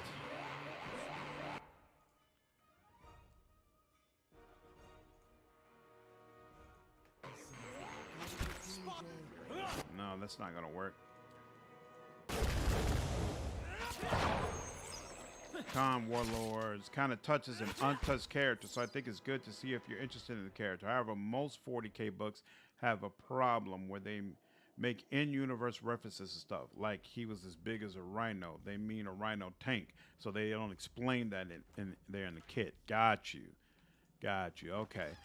So regardless of what I start with, I'm probably going to hear references that I don't really understand. That's fine. They're good stories, don't get me wrong. Prior to Baldur's Gate 3, 1 and 2 are so unfriendly to newcomers. Yep, they're good stories, but... Yep, I actually played both of them before, but I never played through all of the DLC. And I did it years ago before I had a channel, so I wasn't really playing them with a reviewer's mindset. So unfortunately, I don't remember them well enough to be able to just go off the top of my head and say, hey, I can review this and know how I feel about it. So I still need to go through them again. Plus, of course, I'm older now, so I feel like that also is going to change my perspective on the content. I've played more games. Be cautious. Be constant. Be cautious. Be constant. Ooh, what's this? Wayfarer's Hide. I think one of my people actually uses this. Problem is, rogue traders are kind of off the beaten path, and Warhammer is very categorized. So the main question is, what are you interested in? I'm interested in rogue traders. I want to understand everything about that game. All right. Let's take a moment here. Do I need more than 10 lore? I don't remember. I think I do. I think you need like 12 for the very best ones. What's tactical meld? Plus 20 accuracy when attacking the same enemy as a target. Broad instinct is a major debuff and a buff for you.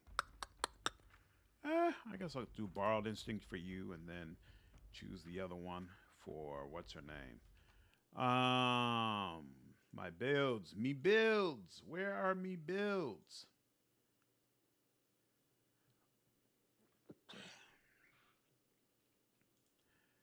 And I don't see them. Where are they? Where are you? Where are you? I forgot to pull it up before we started today. Here we go. Here are the builds. What am I supposed to be doing here? Apprentice a sleep attack and superior deflection. That's what I'm supposed to get here. And done.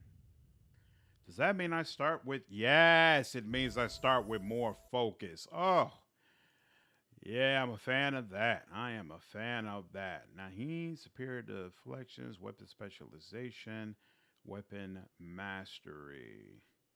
You. You are supposed to continue improving in lore, I believe. I don't think it'll be hard to latch onto. You'll be fine diving in, probably. Okay. Sounds good. I'm looking forward to it. Weapon mastery, ruffian. Ruffian gives me more with the saber. I plan to stick with the saber, so that works for me. Excellent. Aloft. There we go. I think we need a 12 in lore to be able to use all the scrolls. And now he's at level 5 spells. Martial power.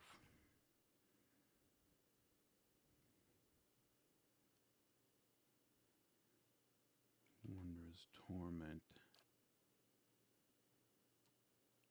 Malignant cloud.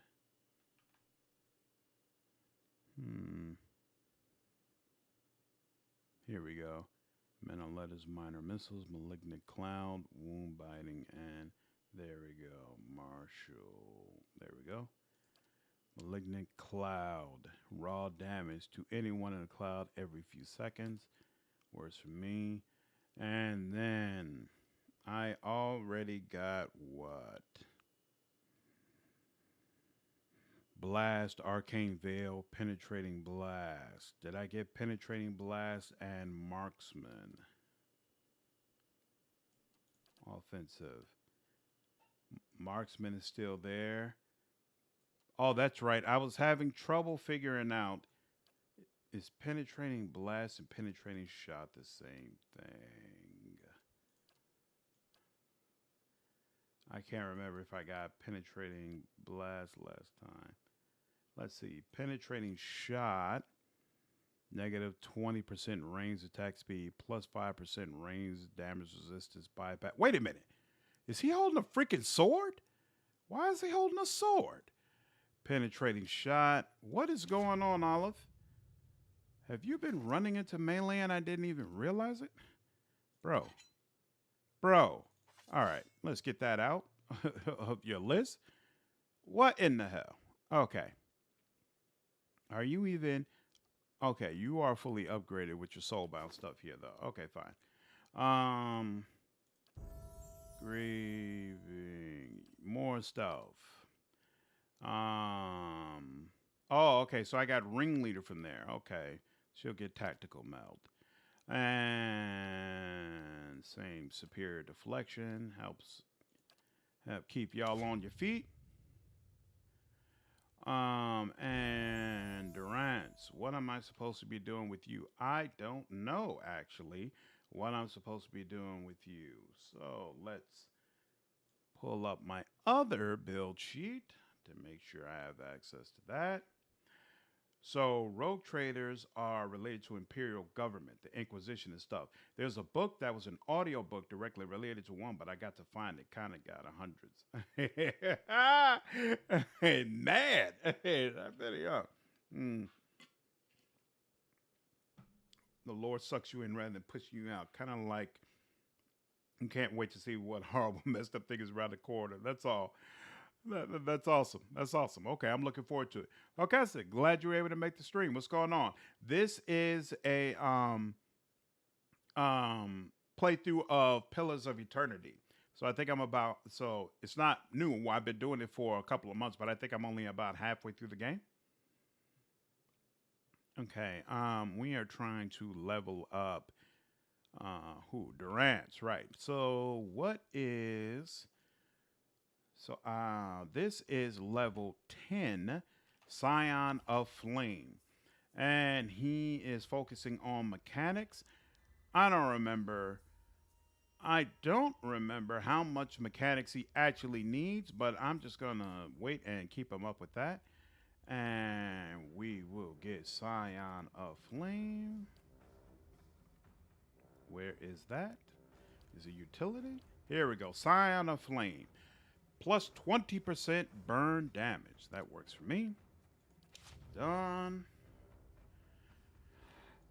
And finally, Pelagina, what's going on, little lady? If I remember correctly, you could use one more point in athletics, and then you have all the athletics that you actually need. And then let's get you some critical focus. Plus 5% of hits converted to crits. Yep.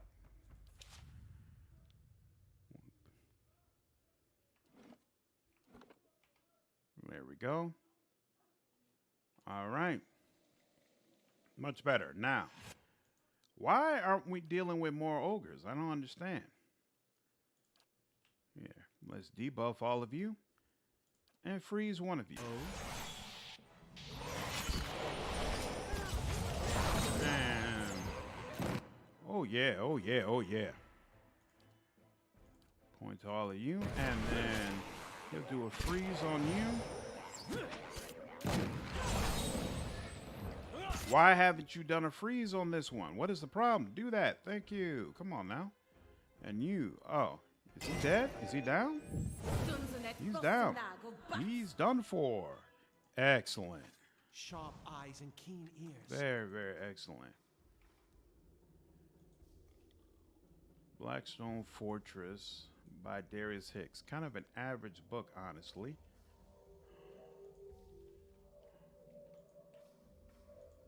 Now this I haven't seen before. Now this. Trap disarmed. What is the layout here? Okay, so I am still doing what I'm supposed to be doing. Let's go straight across here. There we go. Finally back to the ogres, apparently. You. And you. Oh no. This is much bigger. This is a much bigger issue than I thought it would be. So actually, yeah, let's do some of that. And what we got over here? Let's do some crowd control. You, what is your problem? Crowd control, crowd control. That's what I asked for. Come on now. Get with the program. All right, now we can also freeze this person.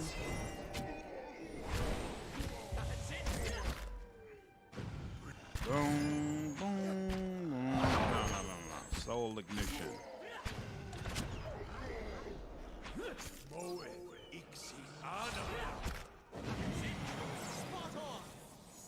We should not be split up like this. I kind of screwed this up a little bit, but it's okay. There we go. There we go. We good? Oh, I did not mean to do that. You do this, and then you ignite his soul. Oh, you don't have soul ignition. Oh, well, it's fine. Whoa, that was not fine, though. That was... I did not appreciate that at all. Why is he not paralyzed? Why have you not completed that yet? You ignite his soul while he's paralyzed. That was deeply uncool. It's also funny. Don't get used to it. Okay, cool. Certainly. So one of us has a sense of humor. Well, I need to head off for the night. Take care, Argo. Have a good night, man.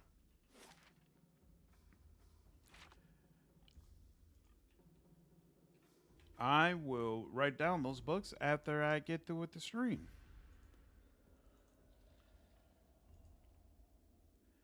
So, does that mean, Warhammer, do you not really get the information about the lore that you need from just playing the games? Is it one of those things where you really want to go ahead and read the books? Oh?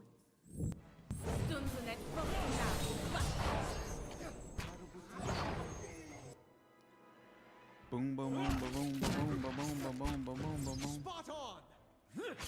Paralyzed 6 seconds. He's not paralyzed at all.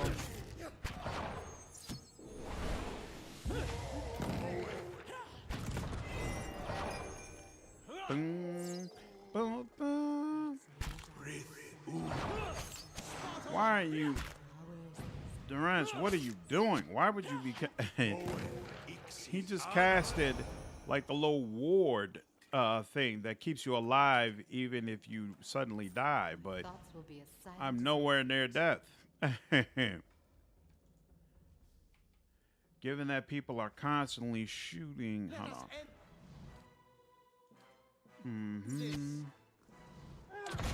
Given that people are constantly shooting explosive bullets and swinging chainsaws, the road trader doesn't have a lot of strawberry jam. I would be disappointed. I would have to agree with that assessment. A simple test. That's settled. Zero leaves the fortress. That's fine. How long do you usually stream for? Usually I stream for at least around 3 hours, unless I'm really like tired or something like that. But otherwise, 3 hours is kind of my standard. And then whether or not I stream more than that is kind of based on how I feel or what's going on in the game.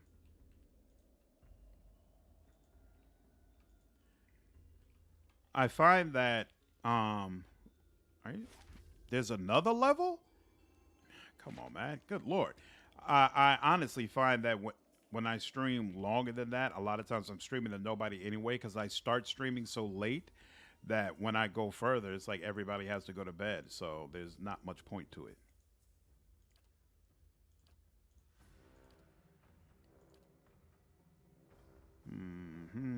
Actually, yeah, we'll do that. Crowd control. Here we go.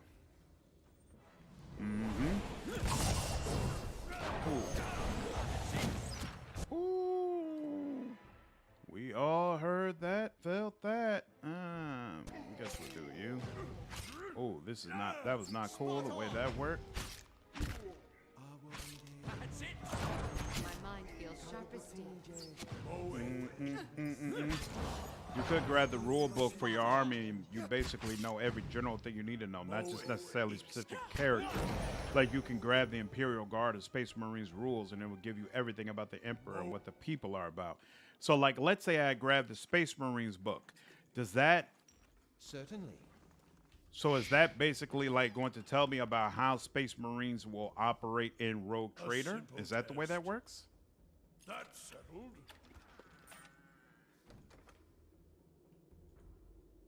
That just looks like a trap would be right there. But you won't get like the 3 books written about a specific character in a specific trilogy. Gata, an Animatcher, has requested an audience with you. She was nearly set up on by brigands on the road.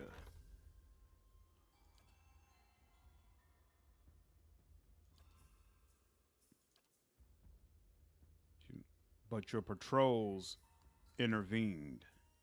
She will leave in 8 days. I hate that system. Where it forces you to to circle back for people. Okay, Alaf got really hit hard, but other than that, I'm still in good shape. So for now, I'm gonna keep it going. Awaken, what's going on? How are you? Good to see you. Other problems with Warhammer lore is it's flexible and constantly contradicts itself. That's not good. Mine.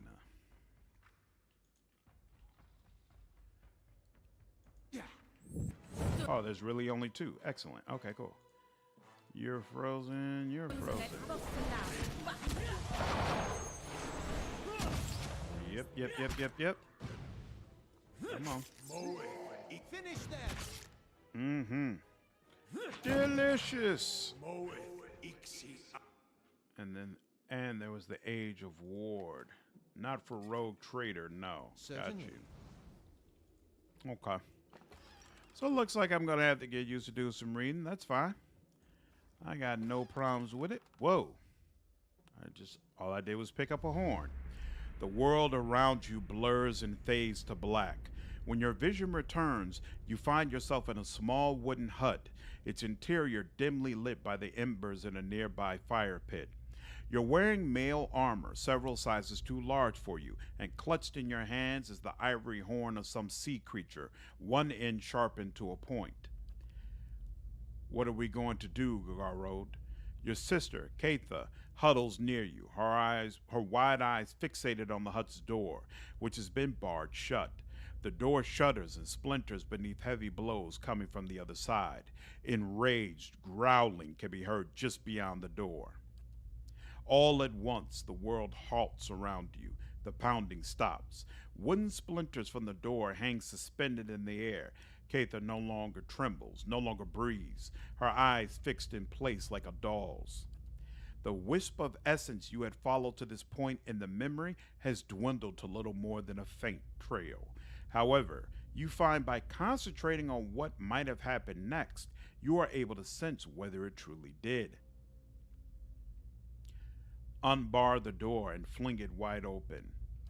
No sooner does your mind touch on the possibility than the world lurches back into motion. A large creature, resembling a bear and taller than any man in your tribe, stands just outside the door. Its coal black eyes widen slightly in confusion when it sees you. I can't just leave her. Beckon the creature to attack you. Enraged by your audacity, the creature charges, easily swatting you across the hut with one massive paw. As it does so, Cather dodges past the creature and escapes the hut. Each breath is agony, but you clutch the horn defiantly as the creature advances. The snarling of the creature and your own belabored breathing fades. Is that how it happened? It's been so long, hard to remember. I had the vision when I picked up a horn, part of a helm, apparently. A helm, yes, my helm. I remember it. But who was I? Why haven't I returned to the wheel? Maybe if you knew who you were, you would know whether it was time to move on. That helm is all that remains of my old life. If you have found some of me within one piece, perhaps my memories are scattered with the rest of it. Perhaps there is peace to be found in its reassembly. I'll track down the other parts of your helm. Thank you, my friend. Nice. Will do.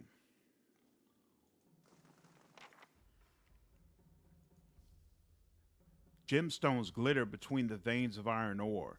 They're deeply embedded within the cave wall, and extracting them all intact will require a hammer and chisel, as well as a deft touch. Use a hammer and chisel to carve the gemstones out of the wall. You manage to retrieve all of the gemstones without damaging any of them. Excellent.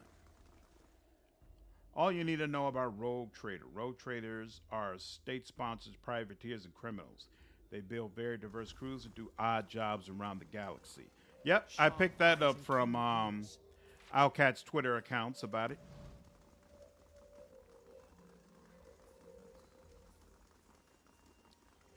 I'll see Very, very interesting. Playing some White March, I see. Absolutely. Slowly but surely, we're making our way through the game. I told y'all it'd be a full playthrough. So all you people who never were able to make your way through it, this is the stream to watch. I plan to get through all of the content and get right on through to the end. A Space Marine might be on your ship to give you a job, oversee your work, or get hired out, but they are rare for such tasks. I'm pretty sure Owlcat mentioned that Space Marines were one of the types of party members you were going to get as well. I remember them mentioning this. Yes. Your thoughts must go.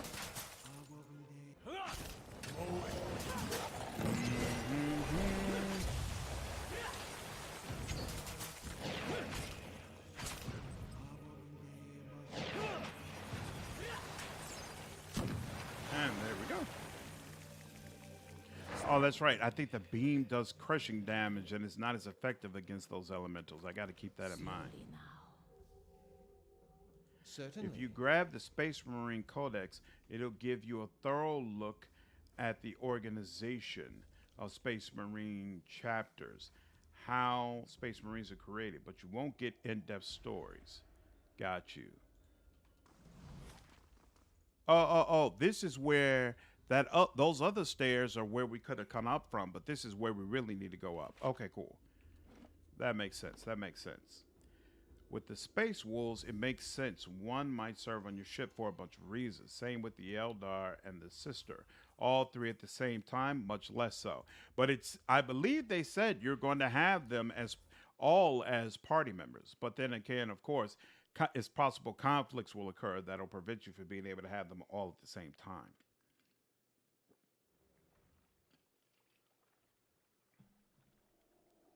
In twisting.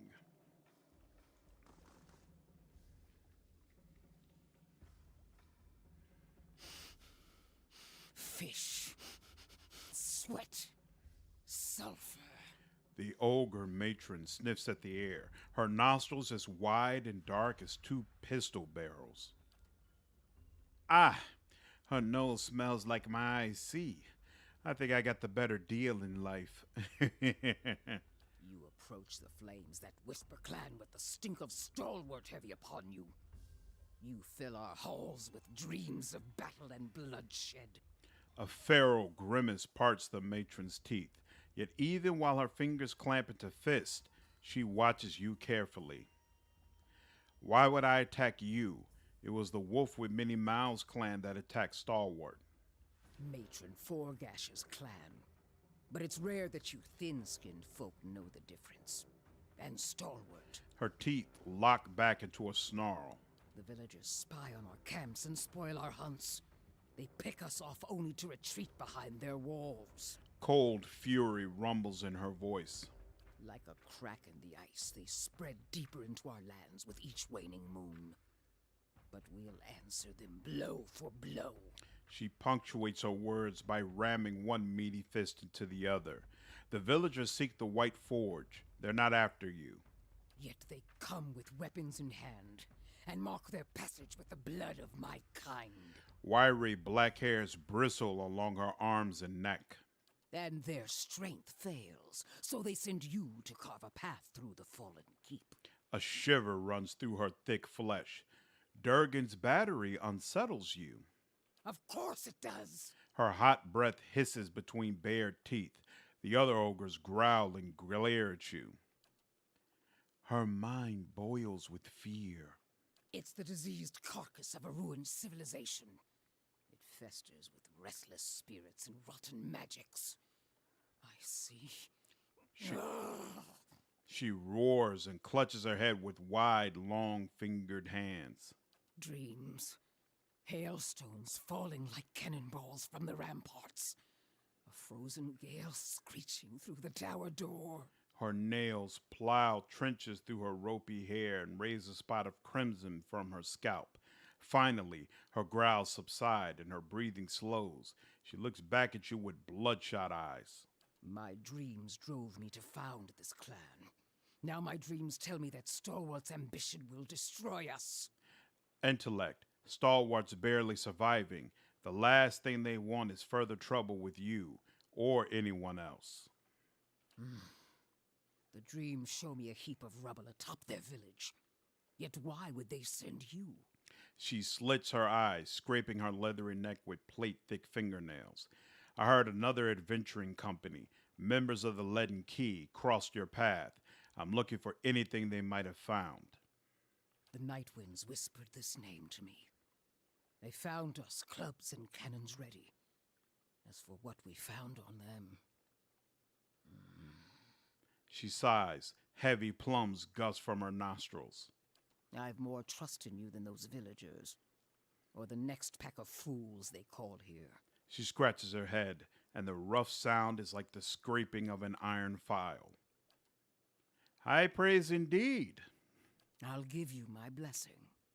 And the remains of the last clods that passed through. Perhaps they found something of value to you. But you must keep Stalwart from harassing us further. She raises one thick brow to regard you. Agreed. Then take the bounty of your foolish predecessors. May it serve you better. Her lip twitches. One of the ogres standing near Baragon mutters something in her ear. Under the circumstances, I'll overlook your slaughter of my clan. You shall have the peace of flames that whisper. For now. I hope your skills are as fine as your words. It is rare that a matron betrays her dreams. I got you, don't worry. So the chanter leaves. Is it stealing to take this? Let's find that. Test. That's settled. It is. Grieving Your thoughts mother. Is must this flow possible deeply for you? indeed. It is possible for you. Hey, hey, hey. And let's see. Now do I You have may to? wander our camp freely. I wonder if I need to do anything else special in order to recruit her. Because I was told you could recruit her for the battle to truly claim your stronghold. But I don't know if I already have that now. Now that this quest is finished. In fact, that's something we can test when we have to go back to meet with whoever that supplicant is anyway. Okay. I need to rest. And I know there are a bunch of different places where I had supplies left. Was it this? I think this is one of those places. I just want to make sure I have 4 supplies. I don't want to have to buy another one.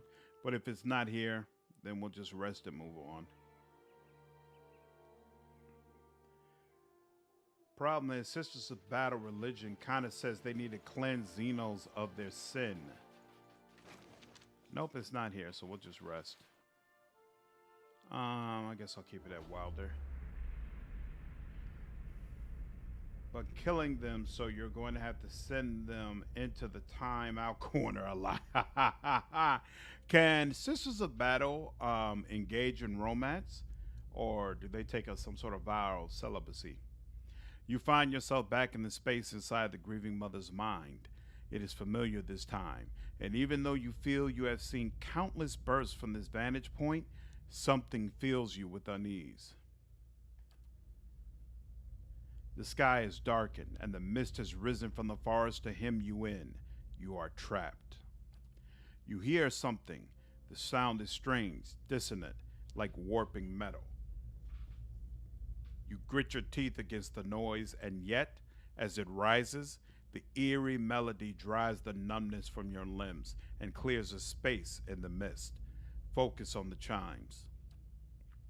The noise resolves into a dull tone. As it resounds through your bones, you see that your hands are in motion. And once again, you are drawing forth life, something warm and fragile struggling into the world.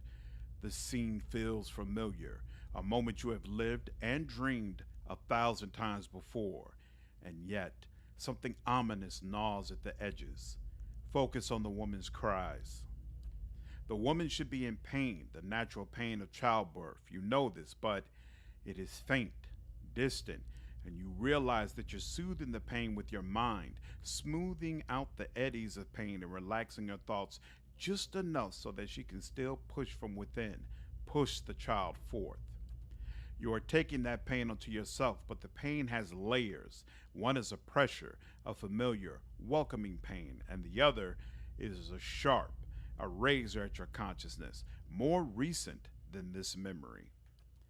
And as you try to recall, have you reached this place, you feel the same hollowness inside yourself, a pit filled with the clawing winds of a Biowak. The very thought of you, the very thought fills you with disquiet, like the memory of a nightmare. Focus on the child, the movement of your hands. As your hands move, you hear the sound of chimes, clear and sharp. Yet somewhere distant, they seem echoed by something else. Wails of sorrow. Toiling bells? It is impossible to tell. Draw the child forth. An inexplicable sense of dread fills your soul as the child makes his journey to you, push by push. A malicious presence seems to surround you, and you lean forward to shield the child. At last, the baby emerges, wet and ruddy from its journey. A lifetime seems to have passed as the newborn moved from womb to world, and another seems to pass as you cradle the trembling child, waiting.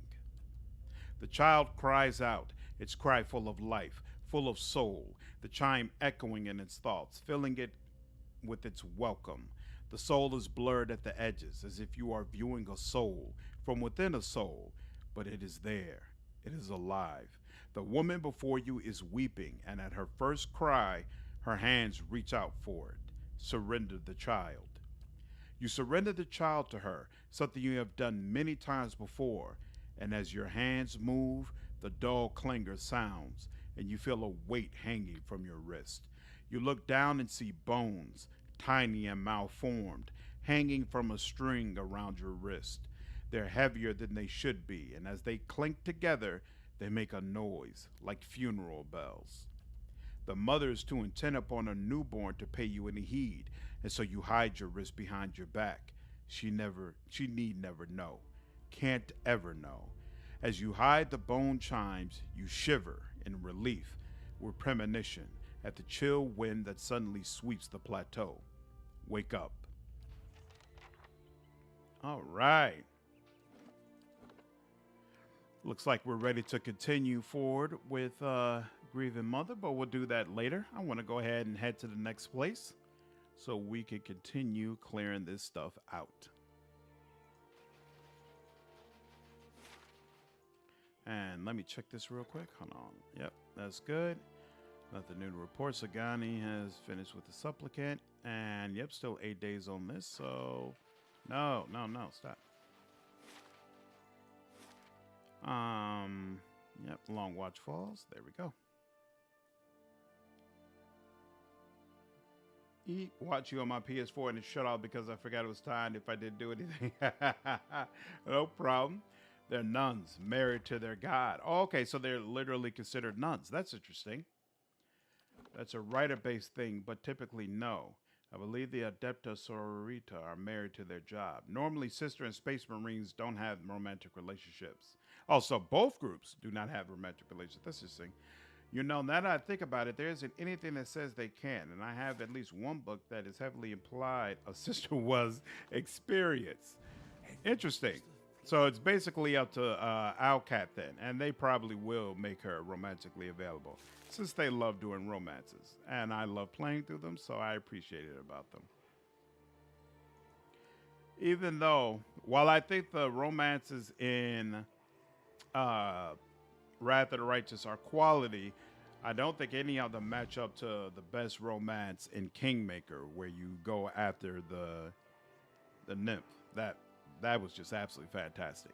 A few odds and ends lie scattered by the path. There appears to have been a struggle here, but the evidence is half buried under a thin blanket of snow. Wisps of essence hover in the chilly air. Inspect the area. An empty pack lies in the snow. It's been torn nearly in two. Also, muddy tracks churn the ground. It's difficult to discern their shape or number, but they appear to lead north. Reach out to the essence. The soul fragment plunges you into a memory. Your name is Igadar. You've never been more than 20 miles from home, let alone to the White March, and yet you've been climbing steadily higher for a week now. The air is too thin, your clothes are too light, and you've barely got another 3 days worth of food with you, but you've never felt better. You've only had a handful of fainting spells since you began your journey. You've had as many in a single day before, but the dreams have been the best part. Despite the frozen, rocky ground and the screeching winds, sleep has found you each night and brought you visions of majestic peaks wrapped in snow. The cold is but a sweet ache in your bones. And as you hike into the wind, you feel the ache spreading along with the certainty that you're getting closer to him or her, your soul twin, a stranger whose soul mirrors your own, one of the few people in Eora who could understand the constant torment of a split soul, and the only person who could help you relieve it. Something approaches through the shroud of snow ahead. You feel a throbbing presence like a heartbeat through linen, and you know. The vision ends abruptly. You find yourself staring at Igadar's scattered belongings while his elation ebbs from your veins. As his essence fades from you, you feel his eagerness dissolve into disappointment, into all that remains is the emptiness of a meaningless death. Leave. Well, that's rough. Shh. Space Marines straight up have no sex drive, though. Interesting. So regardless of whether or not they technically can, they don't have the desire to do it, so it becomes meaningless.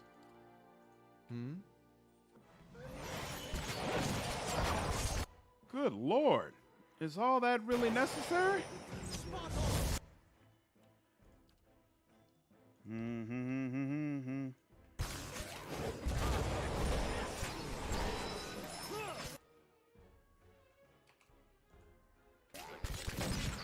All right, that's done.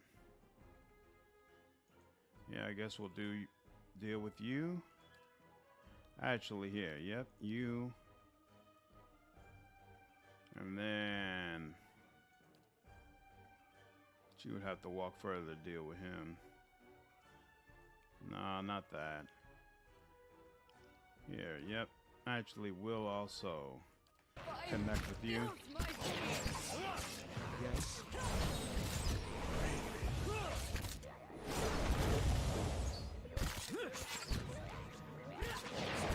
There we go. You need to be over here. There you go. There. That's where you go. There we are. Now.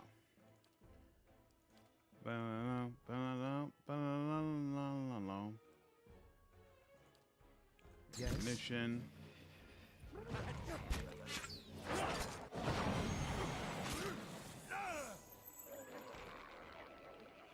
It's heavily implied that Space Marines are chemically castrated, whereas Sororitas are nuns, like I said, but sometimes they defect and are corrupted to do things. Wow.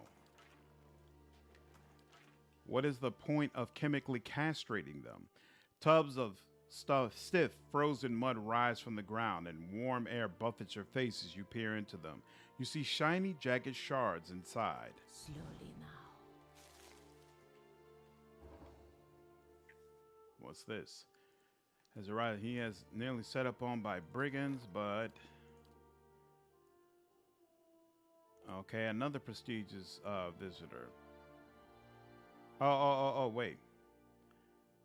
I can hire him.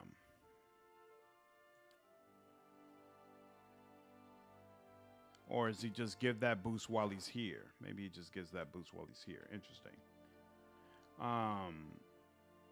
Where our nuns like, but sometimes they defect and are corrupted to do things. Video games, yeah, but there's nothing in the book that says they can have sexy times, even if their nun celibacy isn't required. But they are focused on not having sexy times, so it doesn't happen. Not to say Space Marines can't be remotely involved. I know of at least one loyal Space Marine who had a romantic. Oops. Was just walking out there. Didn't even mean to do that. Okay. Both of them. Palagina. She's running around the whole group. So hopefully we'll be, yep. We'll be able to get a really nice angle with her.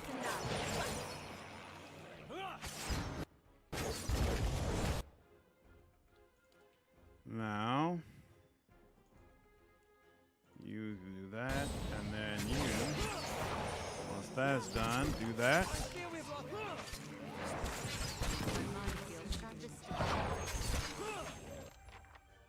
There we go. Whoa! Durant's got obliterated somehow. That's unfortunate.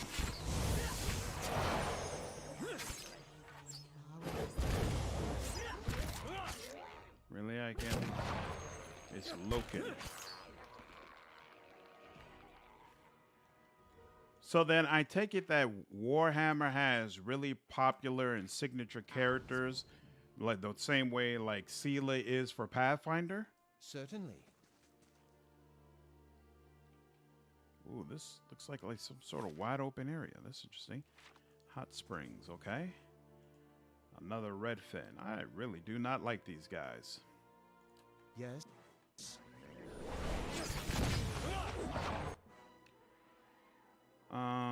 Hey, you can go ahead and do this here.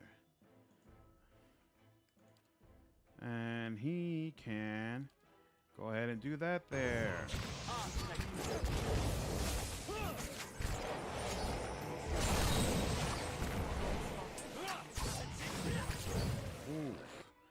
What is going on here?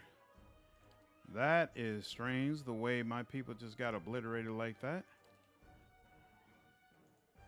They both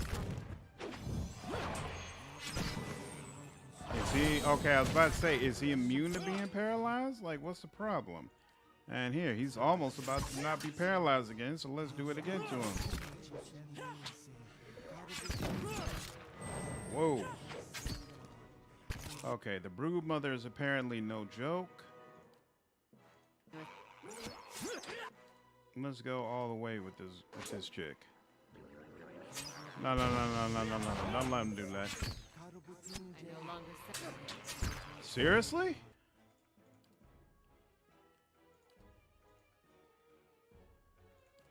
And it's had no effect on you whatsoever. So odd.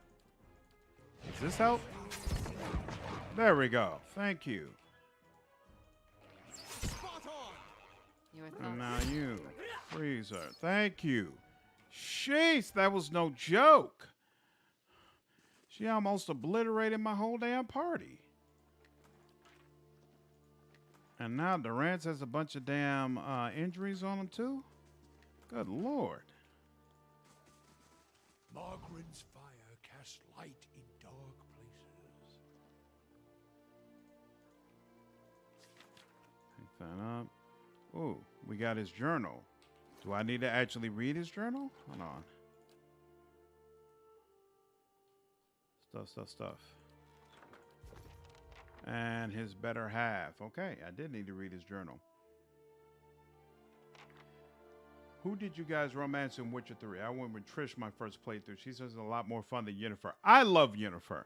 I don't like the Trish romance as much because I feel like, what's his name?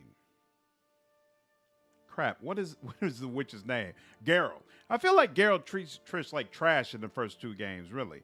Especially if you end up romancing other people, the way he talks to her, I feel like he doesn't really respect her. And so for me, having played the first two games, it's weird trying to then continue a romance with Trish. I really prefer Yennefer. I feel like if you play all three games, that it kind of makes more sense. Warhammer is very character heavy. It is so easy to get lost in the sheer weight of names, especially when you see a character get mentioned in one book who shows up in another. Well, yeah, there are plenty of Marines like that, normal female humans. Even Angron has a waifu. But I don't think that counts as taking on weight. Facha is a character who is like a lieutenant. He shows up in one book in the 40k setting and dies. If you didn't read the 3 books he is in the prequel series, you'll have no idea he's an important character. Got you. Interesting. Sharp eyes and keen ears. So I wonder if Owlcat will go the route of focusing more on heroes that they feel like all the major fans will know.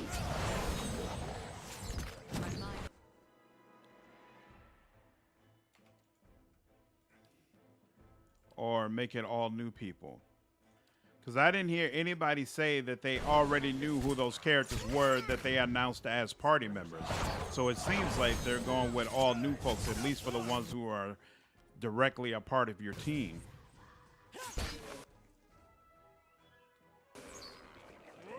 Where are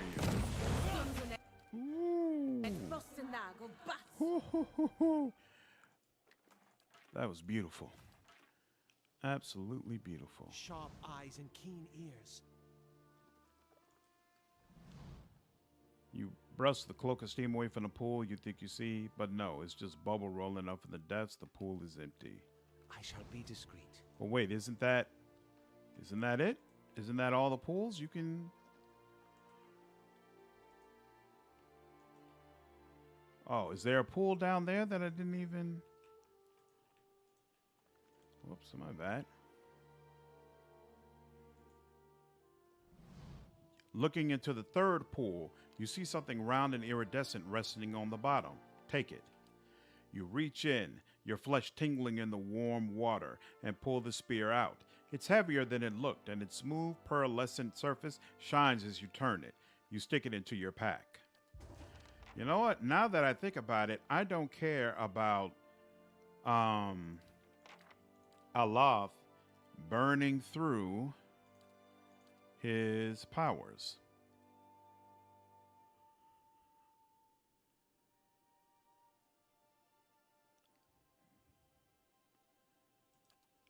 He's got enough slots where it shouldn't really matter. Yep, support.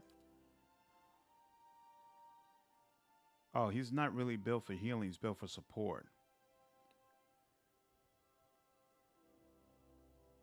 We'll leave him at that. What about you? What are you built for? Aggressive, aggressive. Yep. Okay, cool. And what about you? What's going on with you? Aggressive, aggressive. Hey, you know what? I'm going to let you do crowd control as well.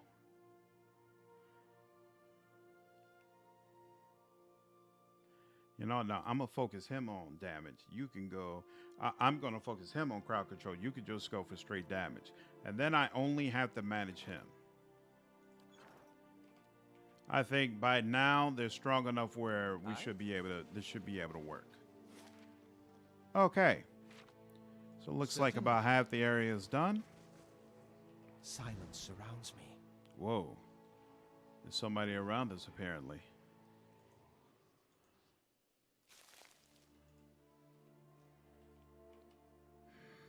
James, but it can be in a platonic way. Not every affection has to be a romantic way. I don't know. I have to read it.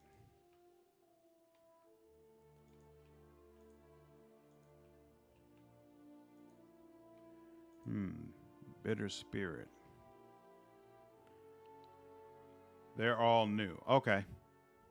That's what I thought, because I was like, I hadn't heard about anybody saying, oh, look, they decided to include this character or anything like that. So. Yes. Oof. Whoa, that was not cool.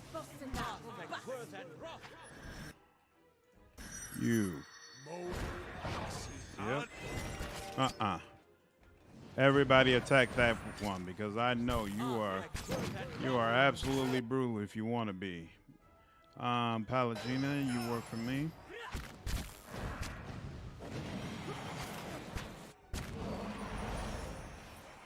Are you serious?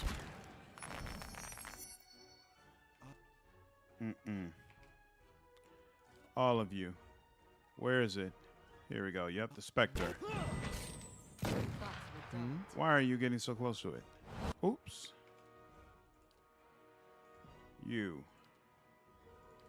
Can he paralyze you? Not yet, but we will.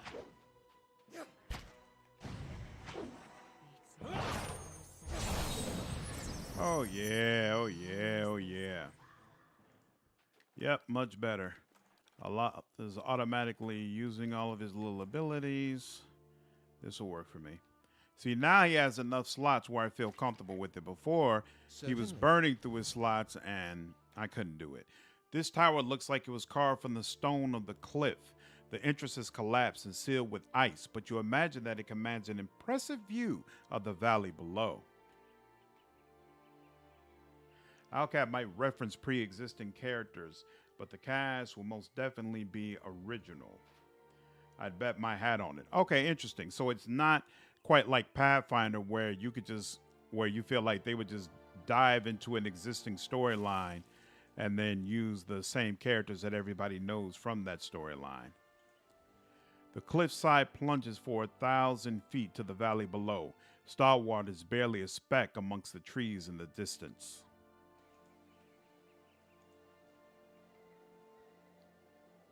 I doubt they were being totally platonic by the way Guy Haley writes, but it's whatever.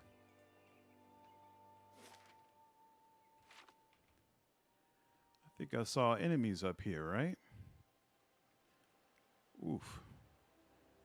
This is a rough little area. Paladin, Disciple, Priestess. I think we'll start with the Priestess over here. Oh. Oh.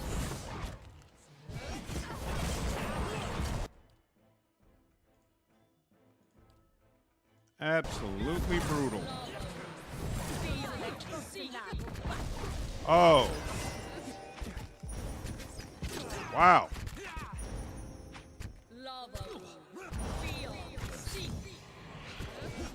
That is a brutal fight made more brutal by the fact that they keep pushing me to where these people will get involved. Well, I certainly don't want this. Wow. This is the first time in the game that I'd really like to have turn-based mode.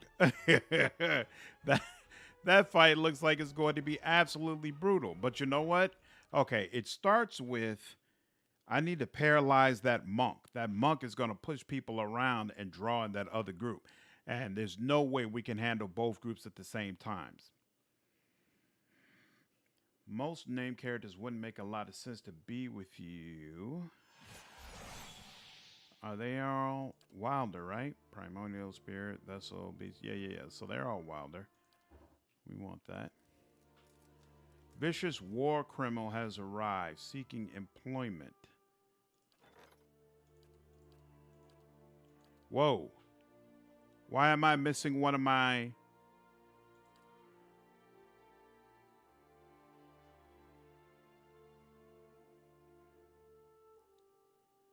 I swear, wasn't there another person who had come to the stronghold? He was nearly set up on by brigands. Vicious war criminal. Interesting. -4. Yeah, no, I'm good on that, bro. All right. Pathfinder iconics are easy because all you know of them are that they are exemplars of their class and have maybe a page of backstory total. Warhammer would be a whole other story. Interesting. Whoa. This is... Oh, did I... Oh, I manually... I went back to the full save instead of the quick save. That's the problem.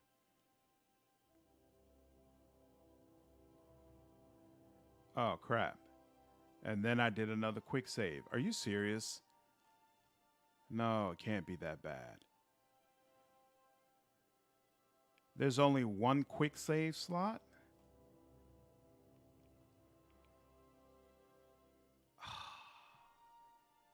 Are you serious? I lost all of that? Can't be. Oh my God. That's so annoying. But wait, why is the last autosave? So I got an autosave right when I came to Long Watch, and then the last one was is back in Russet Wood? That's so weird.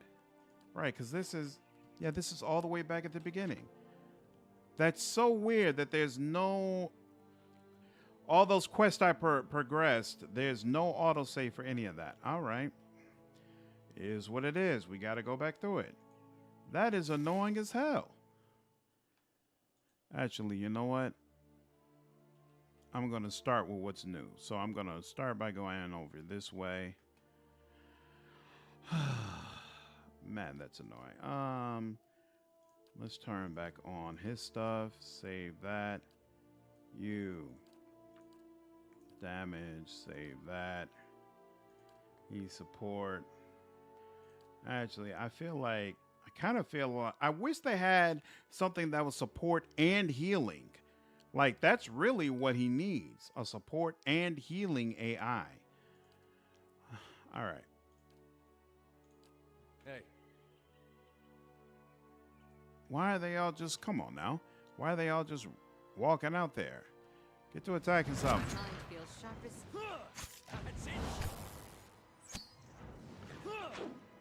Now, I know that spirit comes up sooner or later, right? Last time there was that spirit that came up. Certainly. Keeping an eye out. Oh, wow. Oh, there it goes. I was like, wait a minute. There we go.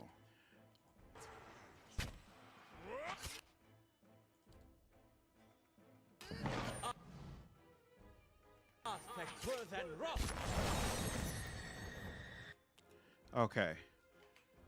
This is the one we really need to deal with. Oh, yep. See, she already got the whole group paralyzed. That's not a good look. And I'll up this down. Not cool.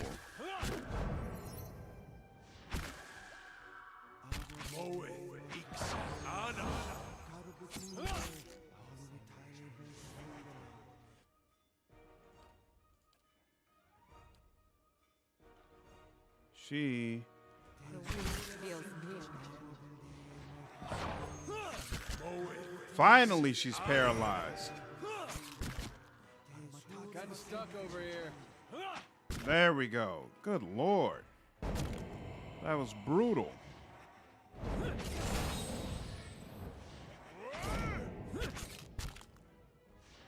Boom. There we go.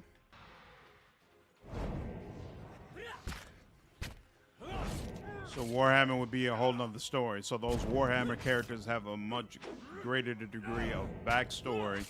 So it's harder to just bring them into a game. Okay. Makes sense. Yeah, that's true. At least paralyzation isn't game over. Like, it's a situation you can still recover from. We already went through that. Okay. Now, back here again. Let's see. Keeping an eye out. Anything I want to do differently? I think...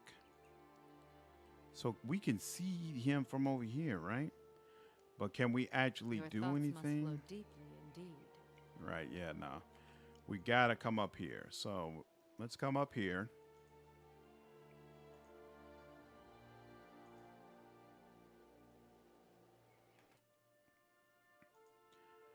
We're gonna come out there, and what we need is some immediate crowd control. Immediately work on crowd control.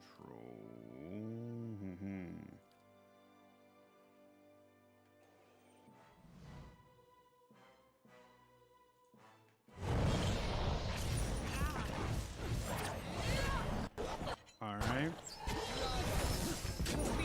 There we go. We've lost the angry one.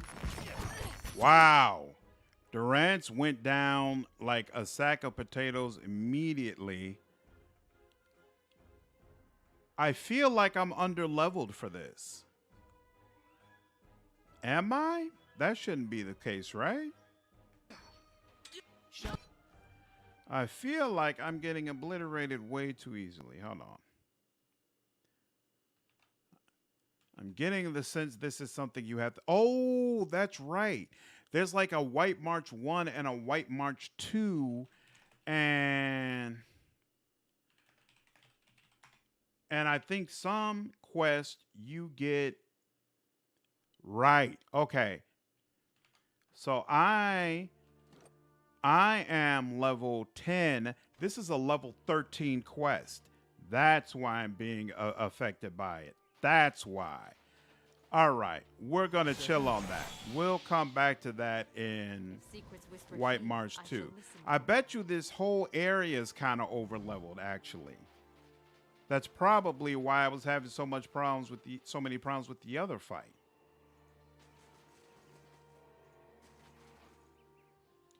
Reach out to the essence. Inspect the area. Leave. We already did that. Crap, I forgot to crouch. Yeah. Freeze you.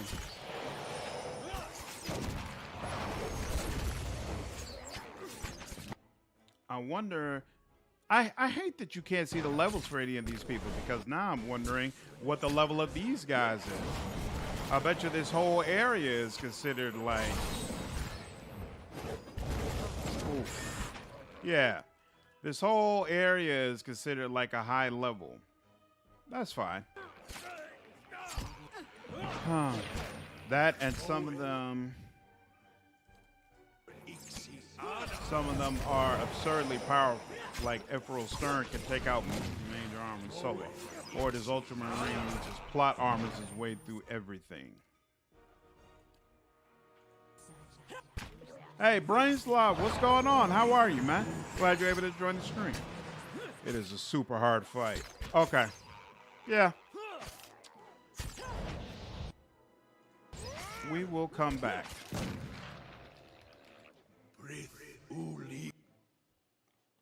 Excellent.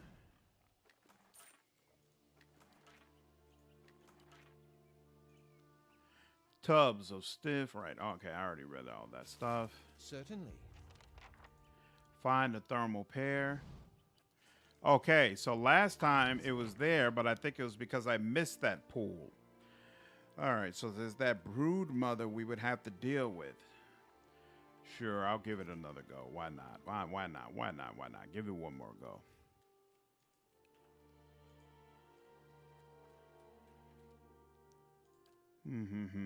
Actually, here. Sidewinder.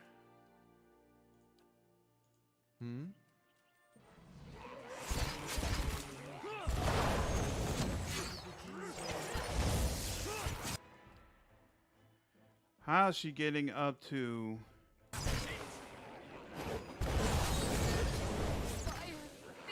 I hate that AI. Like she's up to, she's got 77 focus and she's still not using it. Why? Boom, boom, boom.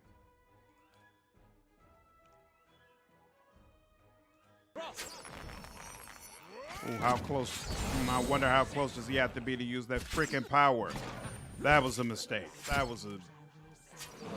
She's got 102. So she just got up to 102 focus. And the AI had her use Whispers of Treason, which takes like 10 focus. I hate the AI in this game. I hate it. I hate it. What about crowd control? How do you do with that?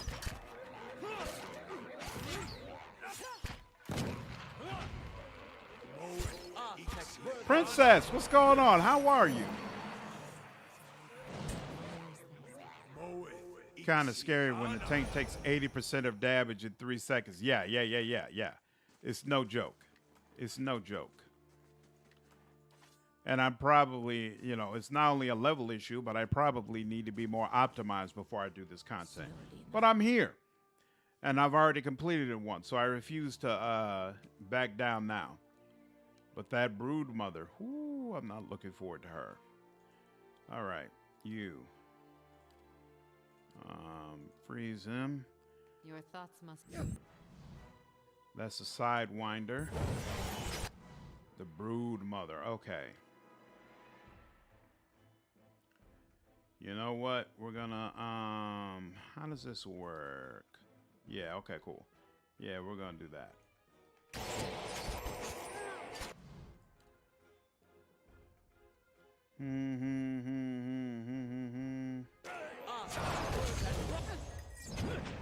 Okay. That was a good start. Now, we don't have anybody really far enough out to... Boom, boom, boom. You know, I think we need a, yeah. You.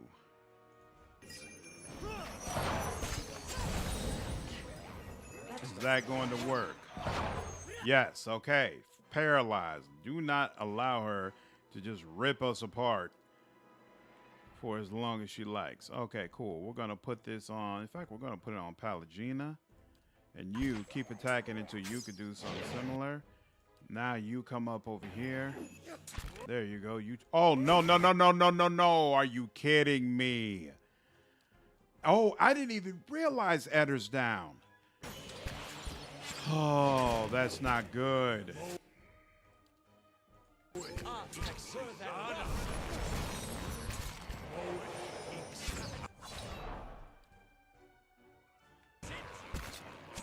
Why is Pallegina doing all that? What are you doing? All right, fine. You do that. You do that. Because these people are right next, literally right next to us, so we got to deal with them first. There we go. Yep. Okay. Now, the brood mother no longer has her little, her avatar. So that should make this easier. And you don't have that yet. Hey, wait. Can you use that on Edder? You can use that on Edder, can you? Woo! I got to keep that in mind because she's spec for damage. So She's not going to use that automatically, but it's still good to know. Okay. Brood mother is confused. Everybody attack that freaking brood mother. Why do you still have 2 knock? Oh, because you got whole ground, so I got to manually do that. Fine. We will paralyze you now to make it even easier to deal with you. And there we go. And now you're confused, so we will deal with you last. Boom. And there we go. Both groups at the same time. I will take it. Laying low. Tactics, ladies and gentlemen, tactics. And there's something else to pick up here. Certainly. Excellent. Yeah, I start sweating when I take that much damage since I usually play a tank character. Yeah, Eder, there's only so much Eder should be expected to take. But you made it happen. Fire casts light in dark places. Oops. One more to deal with. Woo! I like that opener, Palagina. I like that opener. I'm a fan. Take it. There we go. All right. And we now have the pearl.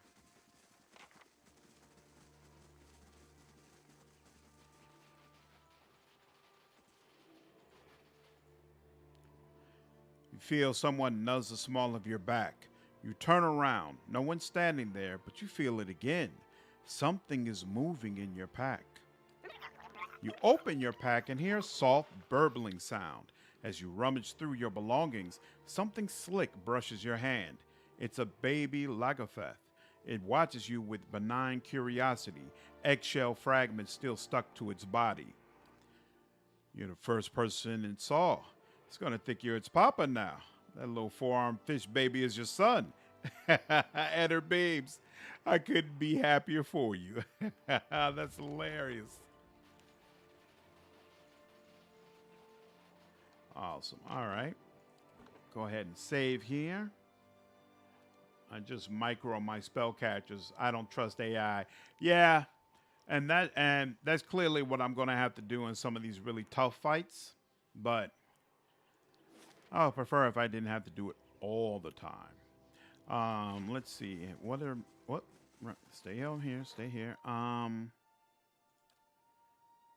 swear I had 2 people. I don't know why that's gone now. And I'm still, oh, yep. All right, Hedge Mage. You know what? I haven't visited any of those stores I've gotten either. Woodland Trails, Hearth, and Lab. Purchasing this will store the lab inside Bright Hollow. Yeah, I need to check out some of those stores. Yeah, you know what? I'm going to head back. I'm going to head back to Katnoa. Yeah, okay, so for future reference, it takes 1 to 2 days, basically, to get back. That's fine. Who's your favorite character in this? As far as my party members, my favorite party member is Grieving Mother, but she kind of gets down lower on my list because there are no romances, and it just, the whole time, it really, really feels like you should be able to romance her. Other than that, I think the most unique party member that you get is Durance. His writing is just absolutely incredible. I actually have a impressions video on Pillars of Eternity that's coming out, I think tomorrow.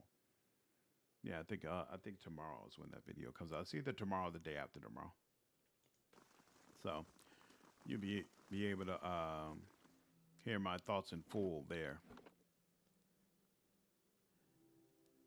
All right, let's save here.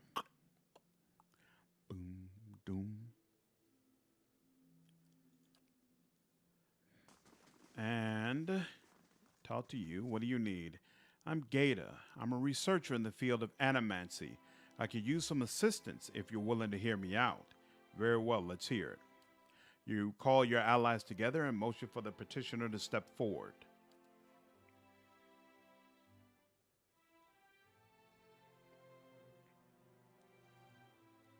I'm looking into the Biowak problem. That is, forces that it can unhouse souls from their vessels.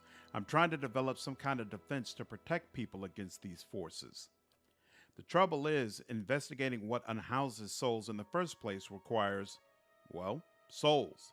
I haven't been able to arrange any test subjects. I need your help. We've lost so many people to these Biowaks already. Imagine if we could prevent such things from ever happening again. I'd like a moment to discuss this with my people. Of course. Don't mind me.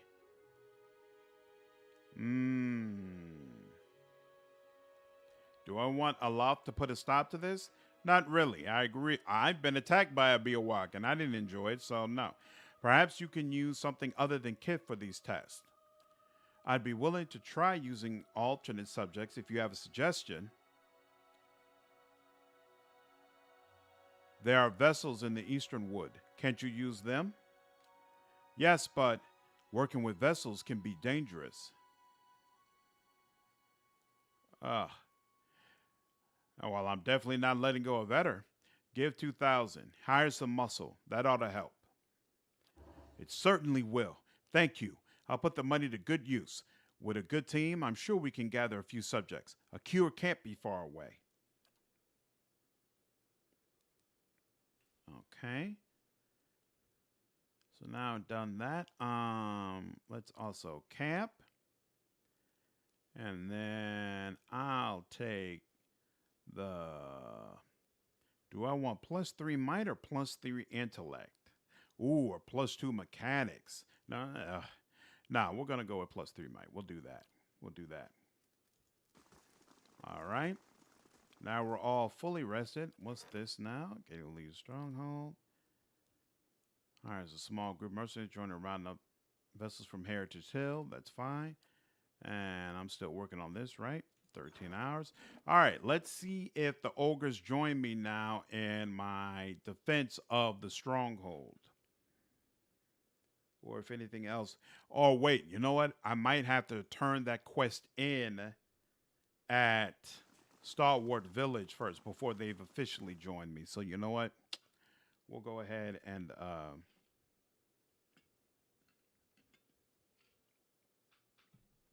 we'll do that first. Last thing the Deerwood needs is another foreign colony. You'll be all right.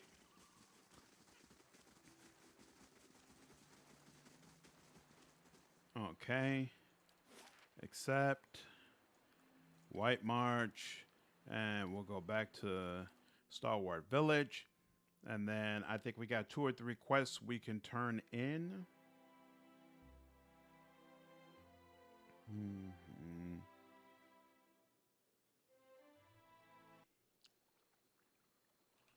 So, Hedge Mage is completed. Oh, I forgot to visit the little stores at my stronghold, but we'll get back to that later.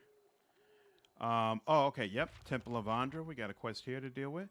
Garod's Chorus. Why did that all of a sudden pop up with an update? One part is somewhere in Stalwart Village. I should ask around about it. Interesting. Okay. Will do.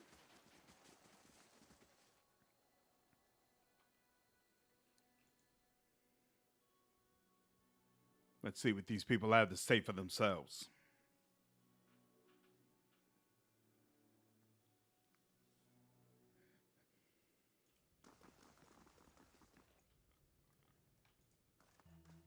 Leave me be. You return. How may the goddess help you? I found your chest. They were filled only with rocks. I see. No use in keeping this charade any longer, is there? Her group springs into action. The sounds of unsheathing blades fill the room. But we shouldn't act so rashly. She holds a hand up. The thieves keep their weapons pointed at you. We've been pretending, yes, but is this so different from what Andra's priests do? Villagers and travelers give us things they want to forget. We make them disappear. Isn't that the same thing? We aren't murderers, and we prefer to be as far away from this cursed place as we can. Laughter gestures at her accomplices. Why make a bloody mess out of this? I'm willing to help you look the other way. She fixes her eyes on you. What do you propose? A simple deal. You keep our little secret to yourself, and we share some of our offerings with you before we slip away. Quextill brought back the dwarf's heirlooms. You can have them too. I agree. The heirlooms, something extra, and you're free to go. These people want to forget these items, and those folks aren't murderers, so I could care less. Let them go. Smart. Most of the gifts the goddess receives are worth little, sadly, but we do manage to coax out more worthy offerings from our followers sometimes. Here's one. Laughter pulls a pouch from behind the altar to Andra and tosses it to you. The rest in the large chest. She turns to her accomplices and nods. They put their weapons away and begin to gather their belongings. The thieves, packed for the road, form a single line like priests on a pilgrimage. Laughter cracks the door open and peeks outside. She signals the thieves to start their escape and gives you one last glance. This time, we move on. The door closes behind her. What do you mean when you ask how? Like, what is my alignment?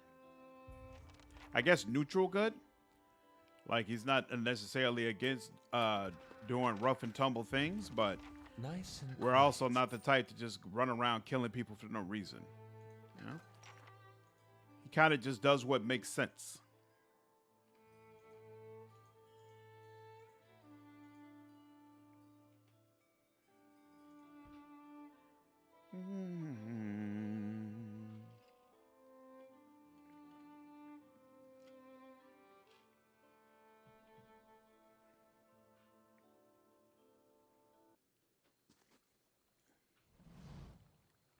I know where the gift bearer cast your heirlooms away. Did you find them? What of the medallion? I have your medallion. Let's see it. The dwarf draws a wide smile under his bristly beard. Here it is.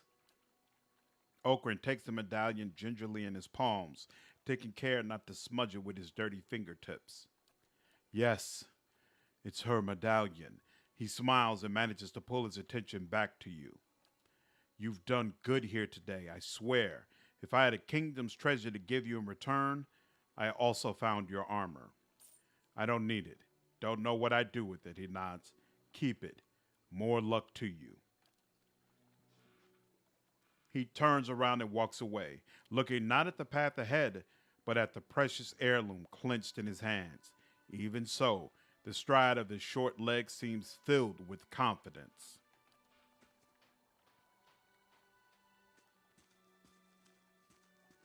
Happy to be of service. All right. What is that armor that he gave us? And if you have to look here. Wait, why doesn't it seem high to low? There we go. Wayfarer's high. Oh, is that the White Crest armor? Interesting.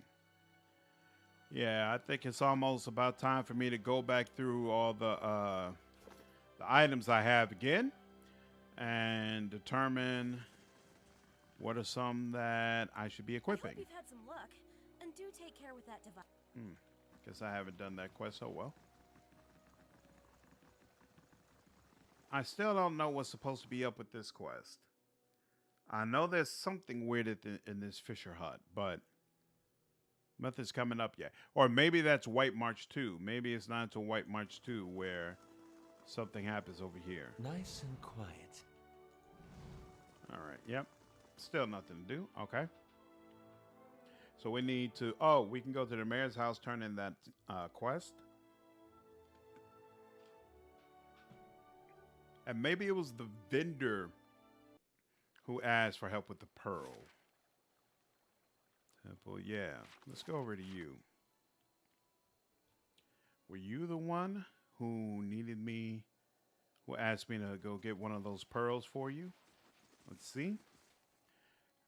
Would you happen to possess an old helm or a horn that looks like it's supposed to be attached to a helm? Eudoran opens a compartment in his wagon and pulls out a cracked horn, partially wrapped in cloth. One of the villagers sold me this during a previous visit. He scowls. He said it came from some rare lake creature and was quite valuable. It's been dismissed as junk whenever I've tried to resell it. Eudoran pauses, unless you know otherwise. Yes, it's part of an artifact I'm trying to recover. He doesn't lie. Eudoran beams. Ah, so not another bad investment on my part then. 600 pounds is my price. Done. The world fades and your vision blurs. When it returns, you find yourself in the icy waters of a bay, your body numb from the cold and your lungs burning from exertion. Nearby are Ardhel and Bodrin. Both of them are swimming madly in an effort to pass you. On the distant shore await the other members of your tribe, and with them, Alara, daughter of the chieftain. It is for her hand that the three of you are competing today. Give up, Gorod. Ardhel passes you, and despite your best efforts, you can't quite catch up. You look around to see where Bardrin is, and it's by sheer chance that you catch sight of the sea serpent's head surging towards your group. As before, the world stops, the memories trail lost without your guidance. Attack the serpent. Your fatigue falls away as you turn to face the serpent.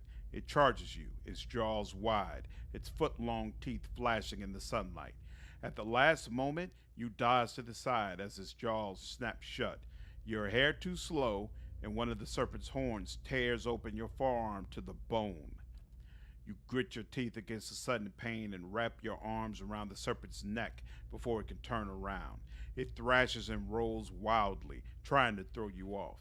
You hang on for dear life, weaker with every breath as your blood drains. You do the only thing you can think of and jam your fist straight through the serpent's eye, burying your arm as far as it can go. The serpent whips around in agony and your grip slips. You tumble through the air as your consciousness fades. The race. How could I have forgotten the events of that day? Gorod looks at his hands. I remember it now, but I feel no different yet. Please, you must find the last part of my helm. Okay. Progress made. Who asked for the pearl? It must be someone, I guess, inside the inn, maybe? I don't remember. But I do know we can submit a quest here, so let's go in here instead.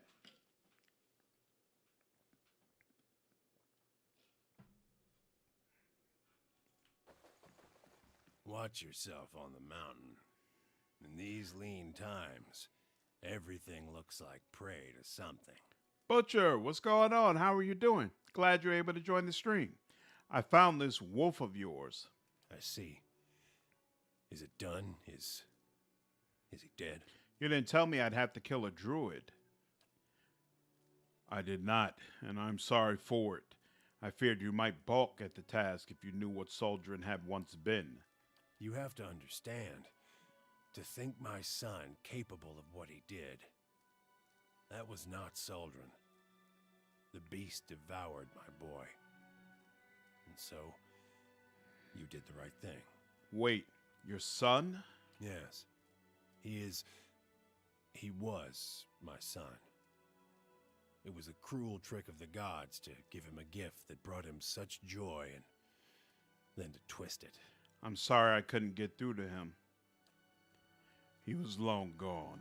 If there was any way to get through to him, I would have found it by now. Thriss looks down, jaw tightening. Difficult as it must have been, you did what you had to. The people of Stalwart are that much safer for it. You've brought me what peace the gods will allow me. This served me well in my younger days, and I hope that it will do the same for you. All right. That quest finished. Then we go to the mayor, then into the tavern. We can let the Orland know that he's finished. And I think, hopefully, maybe, we have all the ingredients we need for the tavern. Whoa. Did that? Yeah. How did I miss that? Okay.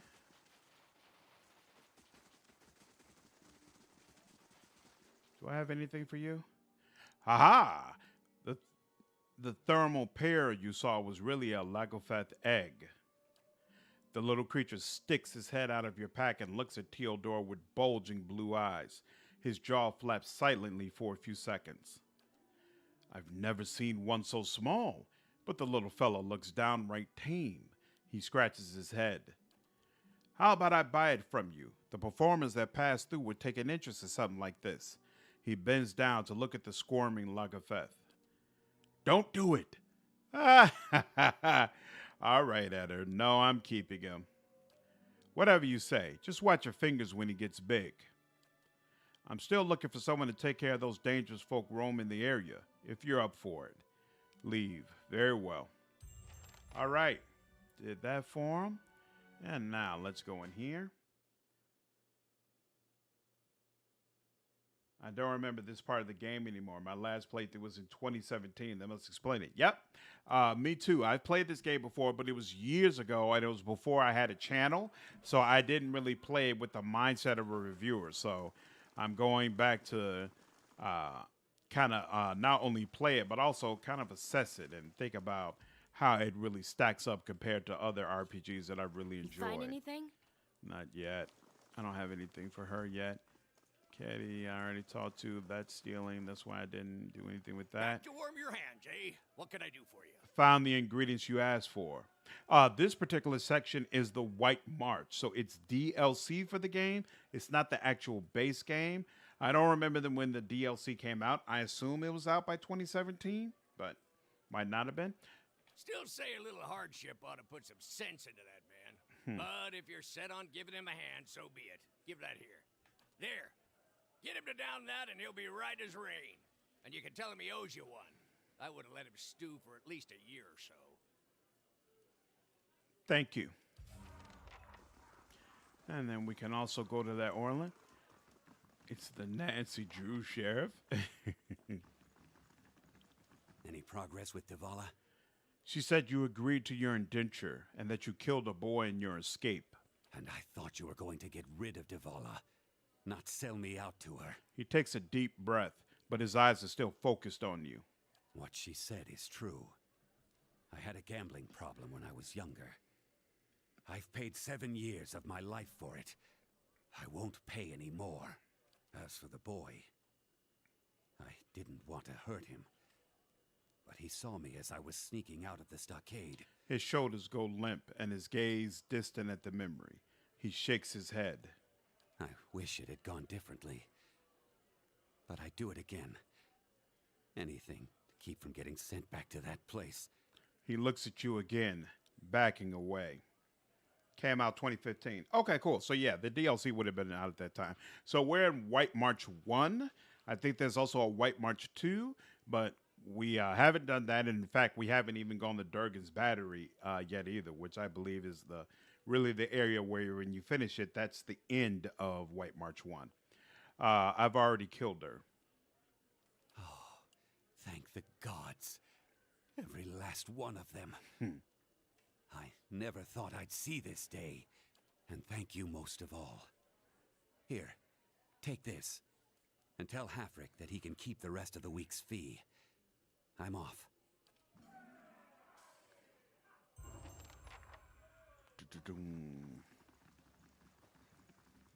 What happened with Stronghold? Those who walk the stars added. Another quest, a sign. He'll take care of it. There we go. Got rid of that little fella, eh? Take this with my thanks. Didn't need his trouble around here. Anyway, what brings you back? That's all I needed. Awesome.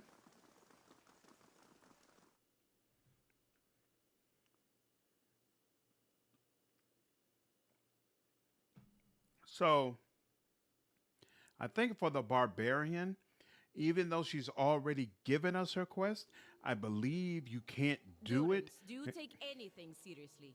Or is the entire world just a setup for your idiotic punchlines? The world is the punchline, bird woman. In all its weakness. Would you kill the messenger?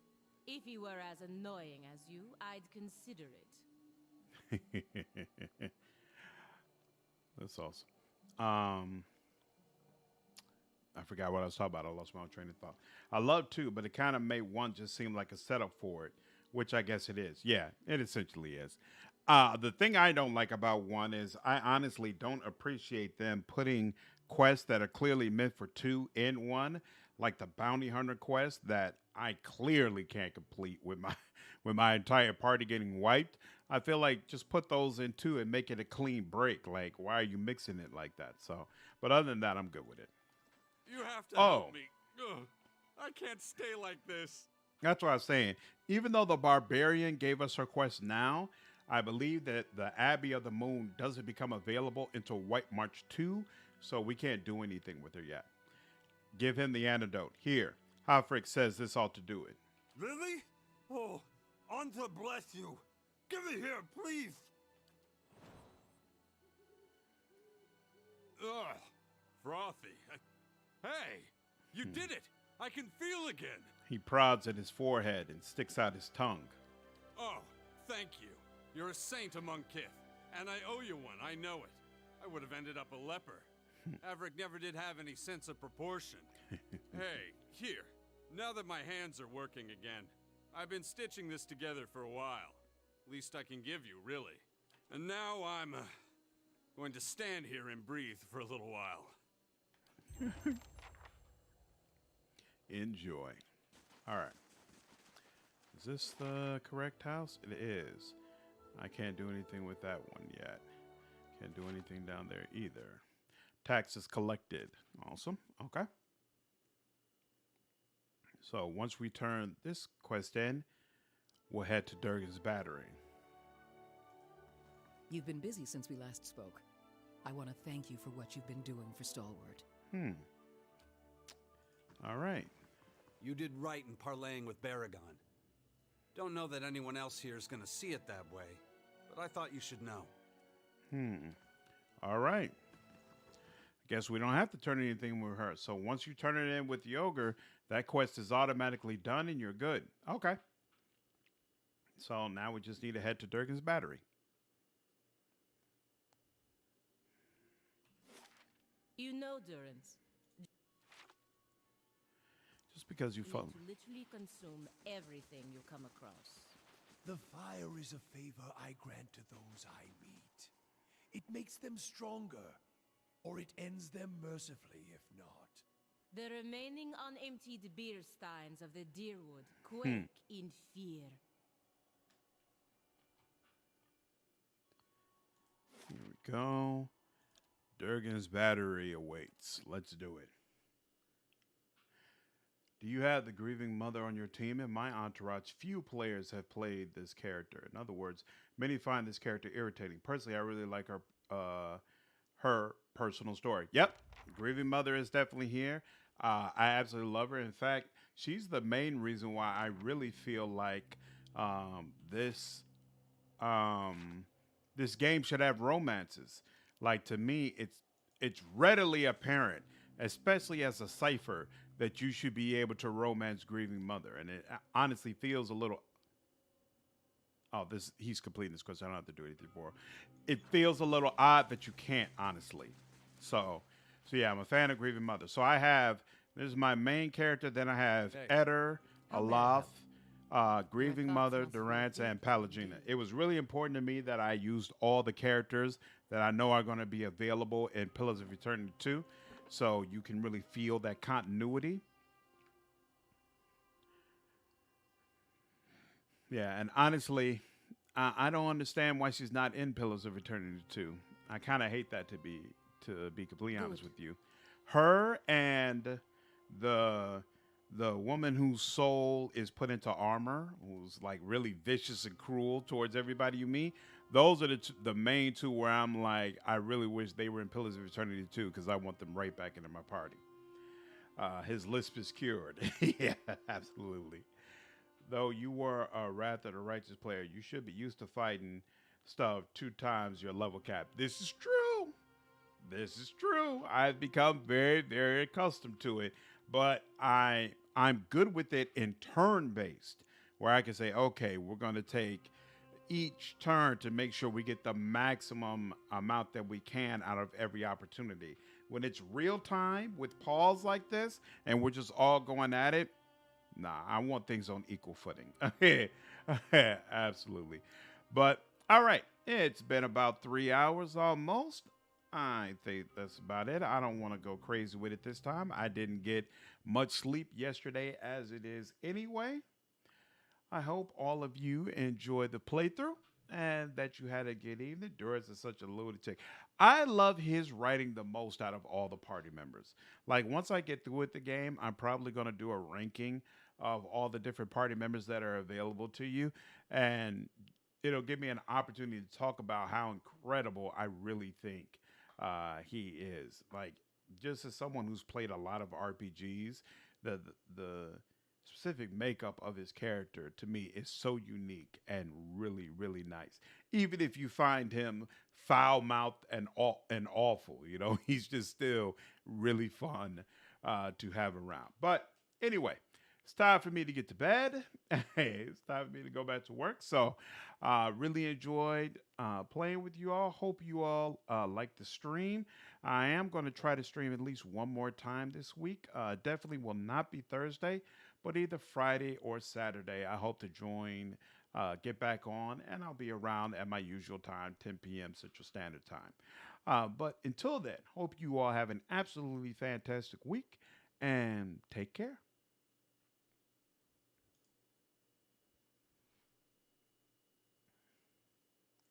Oh, take care, Tristan. I didn't even see you. Glad you're able to join the stream. Have a good night. Take care, Dagan. Video James, always good to see you. Take care.